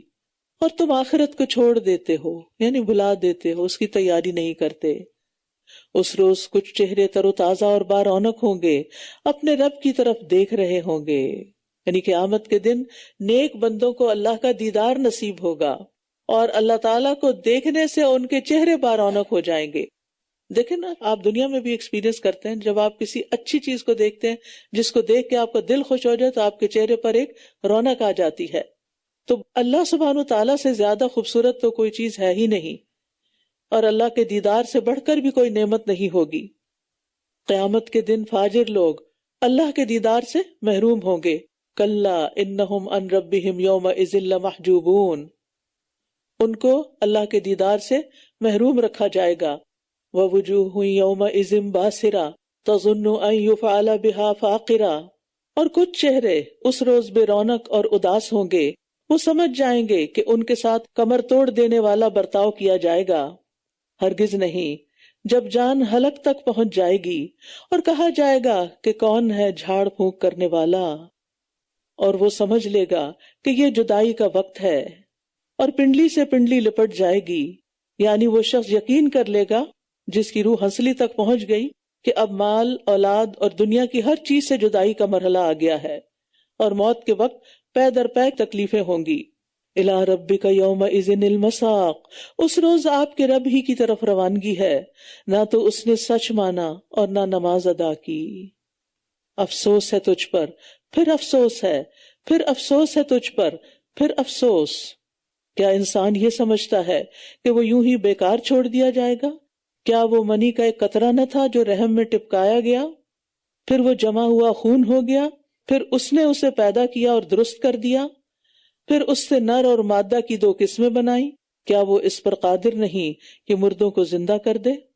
بلا، اللہ سبحانہ تعالیٰ اس چیز پر قادر ہے کہ مرنے کے بعد انسان کو دوبارہ پیدا کر دے جس طرح اس نے پہلی بار پیدا کیا. سورۃ الانسان. بسم اللہ الرحمن الرحیم. هل أتى على الإنسان حين من الدهر لم يكن شيئا مذكورا. بسم اللہ الرحمن الرحیم. هل أتى على الإنسان حين من الدهر لم يكن شيئا مذكورا. کیا انسان پر زمانے کا ایک ایسا وقت گزرا ہے جب وہ کوئی قابل ذکر چیز نہ تھا؟ انسان دنیا میں نہیں تھا اور اس کا کوئی نام بھی نہیں تھا اور اس کی کوئی اوقات بھی نہیں تھی، اور کتنا عرصہ وہ اس حال میں رہا یہ صرف اللہ ہی کو معلوم ہے. لیکن جب انسان دنیا میں آ جاتا ہے اور بڑا ہو جاتا ہے اور قوت پکڑتا ہے تو پھر وہ کچھ سے کچھ بن جاتا ہے اور اپنے آپ کو بڑی چیز سمجھتا ہے، اور سب سے بڑھ کر یہ کہ وہ اللہ تعالیٰ کو جھٹلانے لگتا ہے. اور انسان سے مراد یہاں تمام بنی آدم ہیں. انا خلقنا الانسان من نطفۃ امشاج نبتلیہ وجعلناہ سمیعا بصیرا. بے شک ہم نے انسان کو ایک مخلوط نطفے سے پیدا کیا تاکہ ہم اسے آزمائیں، تو ہم نے اسے خوب سننے والا، خوب دیکھنے والا بنایا. یعنی کسی بھی انسان یا بچے کی پیدائش جو ہے وہ ایک مخلوط یعنی باپ اور ماں دونوں سے مل کر ہوتی ہے. اور انسان کو پیدا کرنے کا مقصد کیا ہوتا ہے؟ اس کو آزمانا. اور آزمانے کے لیے اللہ تعالیٰ نے اس کو کان اور آنکھیں دی تاکہ وہ ان سے نصیحت پکڑے اور پھر فیصلہ کرے کہ صحیح راستہ کون سا ہے. انا ہدیناہ السبیل اما شاکرا و اما کفورا. بے شک ہم نے اسے راہ دکھائی، خواہ وہ شکر گزار بنے اور خواہ ناشکرا ہو. یعنی اللہ تعالیٰ نے اس کے اندر ایک فطری طور پر الہام کر دیا اس کو کہ خیر کیا اور شر کیا ہے، اور پھر اس پر چھوڑ دیا کہ وہ کس چیز کو ایکسپٹ کرتا ہے. بے شک ہم نے کافروں کے لیے زنجیریں اور توق اور بھڑکتی ہوئی آگ تیار کر رکھی ہے. ان الابرار یشربون من کأس کان مزاجها کافورا. بے شک نیک لوگ ایسے جام سے پیئیں گے جس میں کافور کی آمیزش ہوگی، یعنی کافور کی آمیزش والی شراب ہوگی. عینن، وہ ایک چشمہ ہوگا، یعنی بوتلوں میں بند نہیں ہوگی بلکہ پورا ایک چشمہ ہوگا جس سے اللہ کے بندے پیئیں گے اور جہاں چاہیں گے اسے بہا کر لے جائیں گے. یعنی اللہ کے خاص بندوں کے لیے جنت میں صرف جام نہیں ہوں گے بلکہ پورے پورے چشمے ہوں گے، جتنا چاہیں پیئیں ختم نہیں ہوگا. یوفون بالنذر، وہ نذریں پوری کرتے ہیں اور اس دن سے ڈرتے ہیں جس کا شر بہت پھیل جانے والا ہے۔ یعنی اللہ کے بندے اپنی نظر کیوں پوری کرتے ہیں؟ کیونکہ وہ قیامت کے دن سے ڈرتے ہیں۔ وَيُطْعِمُونَ الطَّعَامَ عَلَىٰ حُبِّهِ مِسْكِينًا وَيَتِيمًا وَأَسِيرًا، اور وہ اس کی محبت میں مسکین اور یتیم اور قیدی کو کھانا کھلاتے ہیں۔ آج اس بارے میں بار بار یتیموں مسکینوں کے خیال رکھنے کی بات آ رہی ہے۔ اور کیا کہتے ہیں؟ انما نطعمکم لوجہ اللہ لا نرید منکم جزاء ولا شکورا، ہم تو محض تمہیں اللہ کے چہرے کی خاطر کھلاتے ہیں، ہم تم سے نہ کوئی بدلہ چاہتے ہیں نہ شکریہ چاہتے ہیں، خالصتاً اللہ کی رضا کے لیے۔ اور یہ بات وہ منہ پہ نہیں کسی کے کہتے، وہ دل میں کہتے ہیں، یعنی دل میں وہ کسی تعریف کے متمنی نہیں ہوتے، کوئی شکریہ کے متمنی نہیں ہوتے، کسی دعا کے لیے بھی نہیں کہتے، اور نہ یہ کہتے ہیں کہ لوگوں کے سامنے ہماری سخاوت کا ذکر کرو۔ انا نخاف من ربنا یوما عبوسا قمطریرا، بے شک ہم اپنے رب سے اس دن کے بارے میں ڈرتے ہیں جو تیوری چڑھانے والا نہایت سخت ہوگا، بس اللہ انہیں اس دن کے شر سے بچا لے گا اور انہیں تازگی اور خوشی عطا کرے گا۔ یعنی یہ تیوری چڑھانا اور منہ بگاڑنا تو انسان کا کام ہے، تو دن کو کیوں ایسا کہا گیا؟ کیونکہ قیامت کا دن اپنی ہیبت اور سختی کے لحاظ سے اور افراتفری کے لحاظ سے اس کی شکل ایسی ہی ہوگی جیسے انسان کی ایک بگڑی ہوئی شکل ہوتی ہے۔ وہ ان کے صبر کے بدلے میں انہیں جنت اور ریشم عطا کرے گا، وہ اس میں مسندوں پر تکیہ لگائے ہوئے ہوں گے، وہ اس میں نہ سورج کی سخت دھوپ دیکھیں گے اور نہ جاڑے کی سخت ٹھنڈک۔ یعنی یہ دنیا میں صبر کرنے کا بدلہ ہے، دوسروں کو کھلانے کا بدلہ ہے، نیکیاں کرنے کا بدلہ ہے، کیونکہ یہ کام صبر کے بغیر نہیں ہو سکتے۔ ورنہ ہم سب خواتین جب گھر میں کھانا پکاتی ہیں تو کتنے صبر سے کام لیتی، اور کھلاتے ہوئے کتنے صبر سے کام لیتی، اور اس کو اٹھاتے ہوئے کتنے صبر سے کام لیتی ہیں۔ تو یہ یتیم مسکین فقیر کو تو کھلانا اپنی جگہ ہے ہی، لیکن گھر والوں کی بھوک مٹانا بھی ایک بہت بڑی نیکی ہے، اور اس میں بھی صبر چاہیے، اور اس میں بھی اجر کی نیت سے یہ سارے کام کرنے چاہیے۔ تو اس کا بدلہ پھر جنت ہے، اس کے سائے ان پر جھکے ہوئے ہوں گے اور اس کے پھل خوب جھکا دیے جائیں گے، اور ان پر چاندی کے برتن اور شیشے کے ساغر پھرائے جائیں گے، شیشے بھی چاندی کے جن کو انہوں نے خوب اندازے سے بھرا ہوگا۔ کیا حسن ہوگا ان کپس کا۔ وہ اس میں شراب کے ایسے جام پلائے جائیں گے جس میں سونٹ کی آمیزش ہوگی، وہاں ایک چشمہ ہوگا جسے سلسبیل کہا جاتا ہے۔ آپ منہ سے بولے نا سلسبیل، ایسا لگتا ہے کہ منہ بھی تر ہو گیا ہے۔ اس کا یہ نام اس لیے ہے کہ اس کا پانی نہایت خوشگوار، رقیق اور آسانی سے حلق میں اترنے والا ہوگا، اور ان پر ایسے لڑکے گردش کریں گے جو ہمیشہ لڑکے ہی رہیں گے، جب آپ انہیں دیکھیں گے تو سمجھیں گے کہ بکھرے ہوئے موتی ہیں۔ یعنی جنتی خادموں کی دو صفات، نمبر 1 وہ خادم ہمیشہ بچے رہیں گے، بوڑھے نہیں ہوں گے، دوسرا یہ کہ اتنے خوبصورت ہوں گے کہ دیکھ کے جنت میں بکھرے ہوئے ایسے لگیں گے جیسے موتی پھیل گئے ہوں، اور جب آپ دیکھیں گے تو وہاں آپ آسائشیں اور بہت بڑی بادشاہت دیکھیں گے، یعنی دیکھ کے بھی بہت خوشی ہوگی۔ ان پر باریک ریشم اور دبیز ریشم کے سبز لباس ہوں گے، اور وہ چاندی کے کنگن پہنائے جائیں گے، اور ان کا رب انہیں پاکیزہ شراب پلائے گا۔ یہاں پر پہلے دیگر شرابوں کی بات ہوئی تھی، اب رب پلائے گا۔ سوچئے، اور یہ مقربین کے لیے ہوگا اعلیٰ ترین درجہ۔ اس سے بڑی کیا نعمت ہو سکتی ہے؟ اگرچہ ساری نعمتیں اللہ کی طرف سے ہیں، لیکن خاص اس کا ذکر کیا گیا۔ ان ھذا کان لکم جزاء وکان سعیکم مشکورا، بے شک یہ تمہارا بدلہ ہے اور تمہاری کوشش قابل قدر ٹھہری۔ یعنی یہ سارا انعام و اکرام کس وجہ سے ہے؟ تمہاری کوششوں کی وجہ سے۔ تو محنت کی ضرورت ہے، کام کرنے کی ضرورت ہے، اس زندگی میں اللہ کو راضی کرنے کی ضرورت ہے۔ بے شک ہم نے آپ پر یہ قرآن تھوڑا تھوڑا کر کے اتارا ہے، بس آپ اپنے رب کا حکم آنے تک صبر کیجئے، اور ان میں سے کسی گناہگار اور بہت ناشکرے کی اطاعت نہ کیجئے، اور صبح و شام اپنے رب کا نام ذکر کیجئے، اور رات کے کچھ حصے میں اس کے لیے سجدہ کیجئے، اور طویل رات تک اس کی تسبیح کیجئے۔ بے شک یہ لوگ جلد ملنے والی دنیا سے محبت رکھتے ہیں اور ایک بہت بھاری دن کو اپنے پیچھے چھوڑ دیتے ہیں، یعنی قیامت کے دن کو۔ یومن ثقیلا، ہم نے ہی انہیں پیدا کیا ہے اور ان کے جوڑ بند مضبوط کیے ہیں، اور ہم جب چاہیں گے انہیں ان جیسوں سے تبدیل کر دیں گے۔ بے شک یہ تو ایک یاد دہانی ہے. تو جو کوئی چاہے وہ اپنے رب کی طرف جانے کا راستہ بنا لے. یعنی یہ ساری صورت ایک نصیحت ہے. جس کا دل چاہے اب رب کی طرف رخ کر لے، اور رب کے پسندیدہ کام جو اس صورت میں خاص طور پر مینشن کیے گئے ہیں ان کو اپنا لے. وَمَا تَشَاءُونَ إِلَّا أَن يَشَاءَ اللَّهُ إِنَّ اللَّهَ كَانَ عَلِيمًا حَكِيمًا. اور تم نہیں چاہتے مگر یہ کہ اللہ چاہے، بے شک اللہ بہت علم والا خوب حکمت والا ہے. يُدْخِلُ مَن يَشَاءُ فِي رَحْمَتِهِ وَالظَّالِمِينَ أَعَدَّ لَهُمْ عَذَابًا أَلِيمًا. وہ جسے چاہتا ہے اپنی رحمت میں داخل کرتا ہے، اور ظالم لوگوں کے لیے اس نے دردناک عذاب تیار کر رکھا ہے. اللہ ہمیں اپنی رحمت میں داخل کرے. تو ظالم اللہ کی رحمت سے محروم ہوتے ہیں. تو ظلم سے ہمیشہ بچیے کہ کسی کا حق نہ مارے، کسی کی عزت نہ اچھالے. سورۃ المرسلات. بسم اللہ الرحمن الرحیم. والمرسلات عرفا فالعاصفات عصفا والناشرات نشرا. بسم اللہ الرحمن الرحیم. والمرسلات عرفا فالعاصفات عصفا. قسم ہے ان ہواؤں کی جو متواتر چھوڑی جاتی ہیں، یعنی یکے بعد دیگرے چلتی ہی رہتی ہیں. پھر ان کی جو تیز چلتی ہیں، اور ان کی جو بادلوں کو خوب پھیلانے والی ہیں. پھر وہ جو بادلوں کو پھاڑ کر جدا کرنے والی ہیں، ٹکڑیوں میں بانٹ دینے والی ہیں. پھر وہ جو دلوں میں یاد ڈالنے والی ہیں. اتنی تیز چلتی ہیں کہ بندہ اللہ کو یاد کرنے لگتا ہے. عذر کے طور پر یا ڈراوے کے طور پر جس رب نے یہ ہوائیں بنائی وہی رب تمہیں قیامت کے دن جمع کرے گا. انما توعدون لواقع.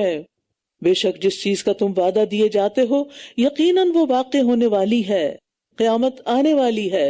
پھر جب ستارے مٹا دیے جائیں گے، یعنی ان کی روشنی جاتی رہے گی، اور جب آسمان کھول دیا جائے گا، اور جب پہاڑ اڑا دیے جائیں گے دھن کی ہوئی رنگین روئی کی طرح، اور جب رسول مقررہ وقت پر لائے جائیں گے.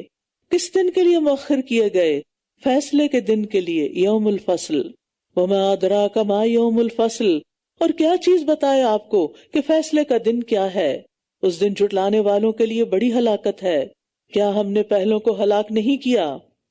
پھر ہم ان کے پیچھے بعد والوں کو لاتے ہیں، ایک کے بعد ایک قوم ہلاک ہوئی. ہم مجرموں کے ساتھ اسی طرح کیا کرتے ہیں. یعنی کفار مکہ کو سخت دھمکی دی جا رہی ہے. اس دن جھٹلانے والوں کے لیے بڑی ہلاکت ہے. کیا ہم نے تمہیں ایک حقیر پانی سے پیدا نہیں کیا؟ پھر ہم نے اسے ایک مضبوط ٹھکانے میں رکھا، ایک معلوم اندازے تک. پھر ہم نے اندازہ کیا تو ہم بہت اچھا اندازہ کرنے والے ہیں. اس دن جھٹلانے والوں کے لیے بڑی ہلاکت ہے. کیا ہم نے زمین کو سمیٹنے والی نہیں بنایا، زندوں اور مردوں کو؟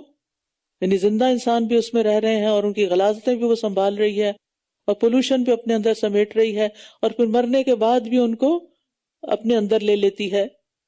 اور ہم نے اس میں بلند و بالا پہاڑ بنائے، اور ہم نے تمہیں میٹھا پانی پلایا. سوچئے زمین میں جا کیا رہا ہے اور اس سے نکلتا کیا ہے. اس دن جھٹلانے والوں کے لیے بڑی ہلاکت ہے.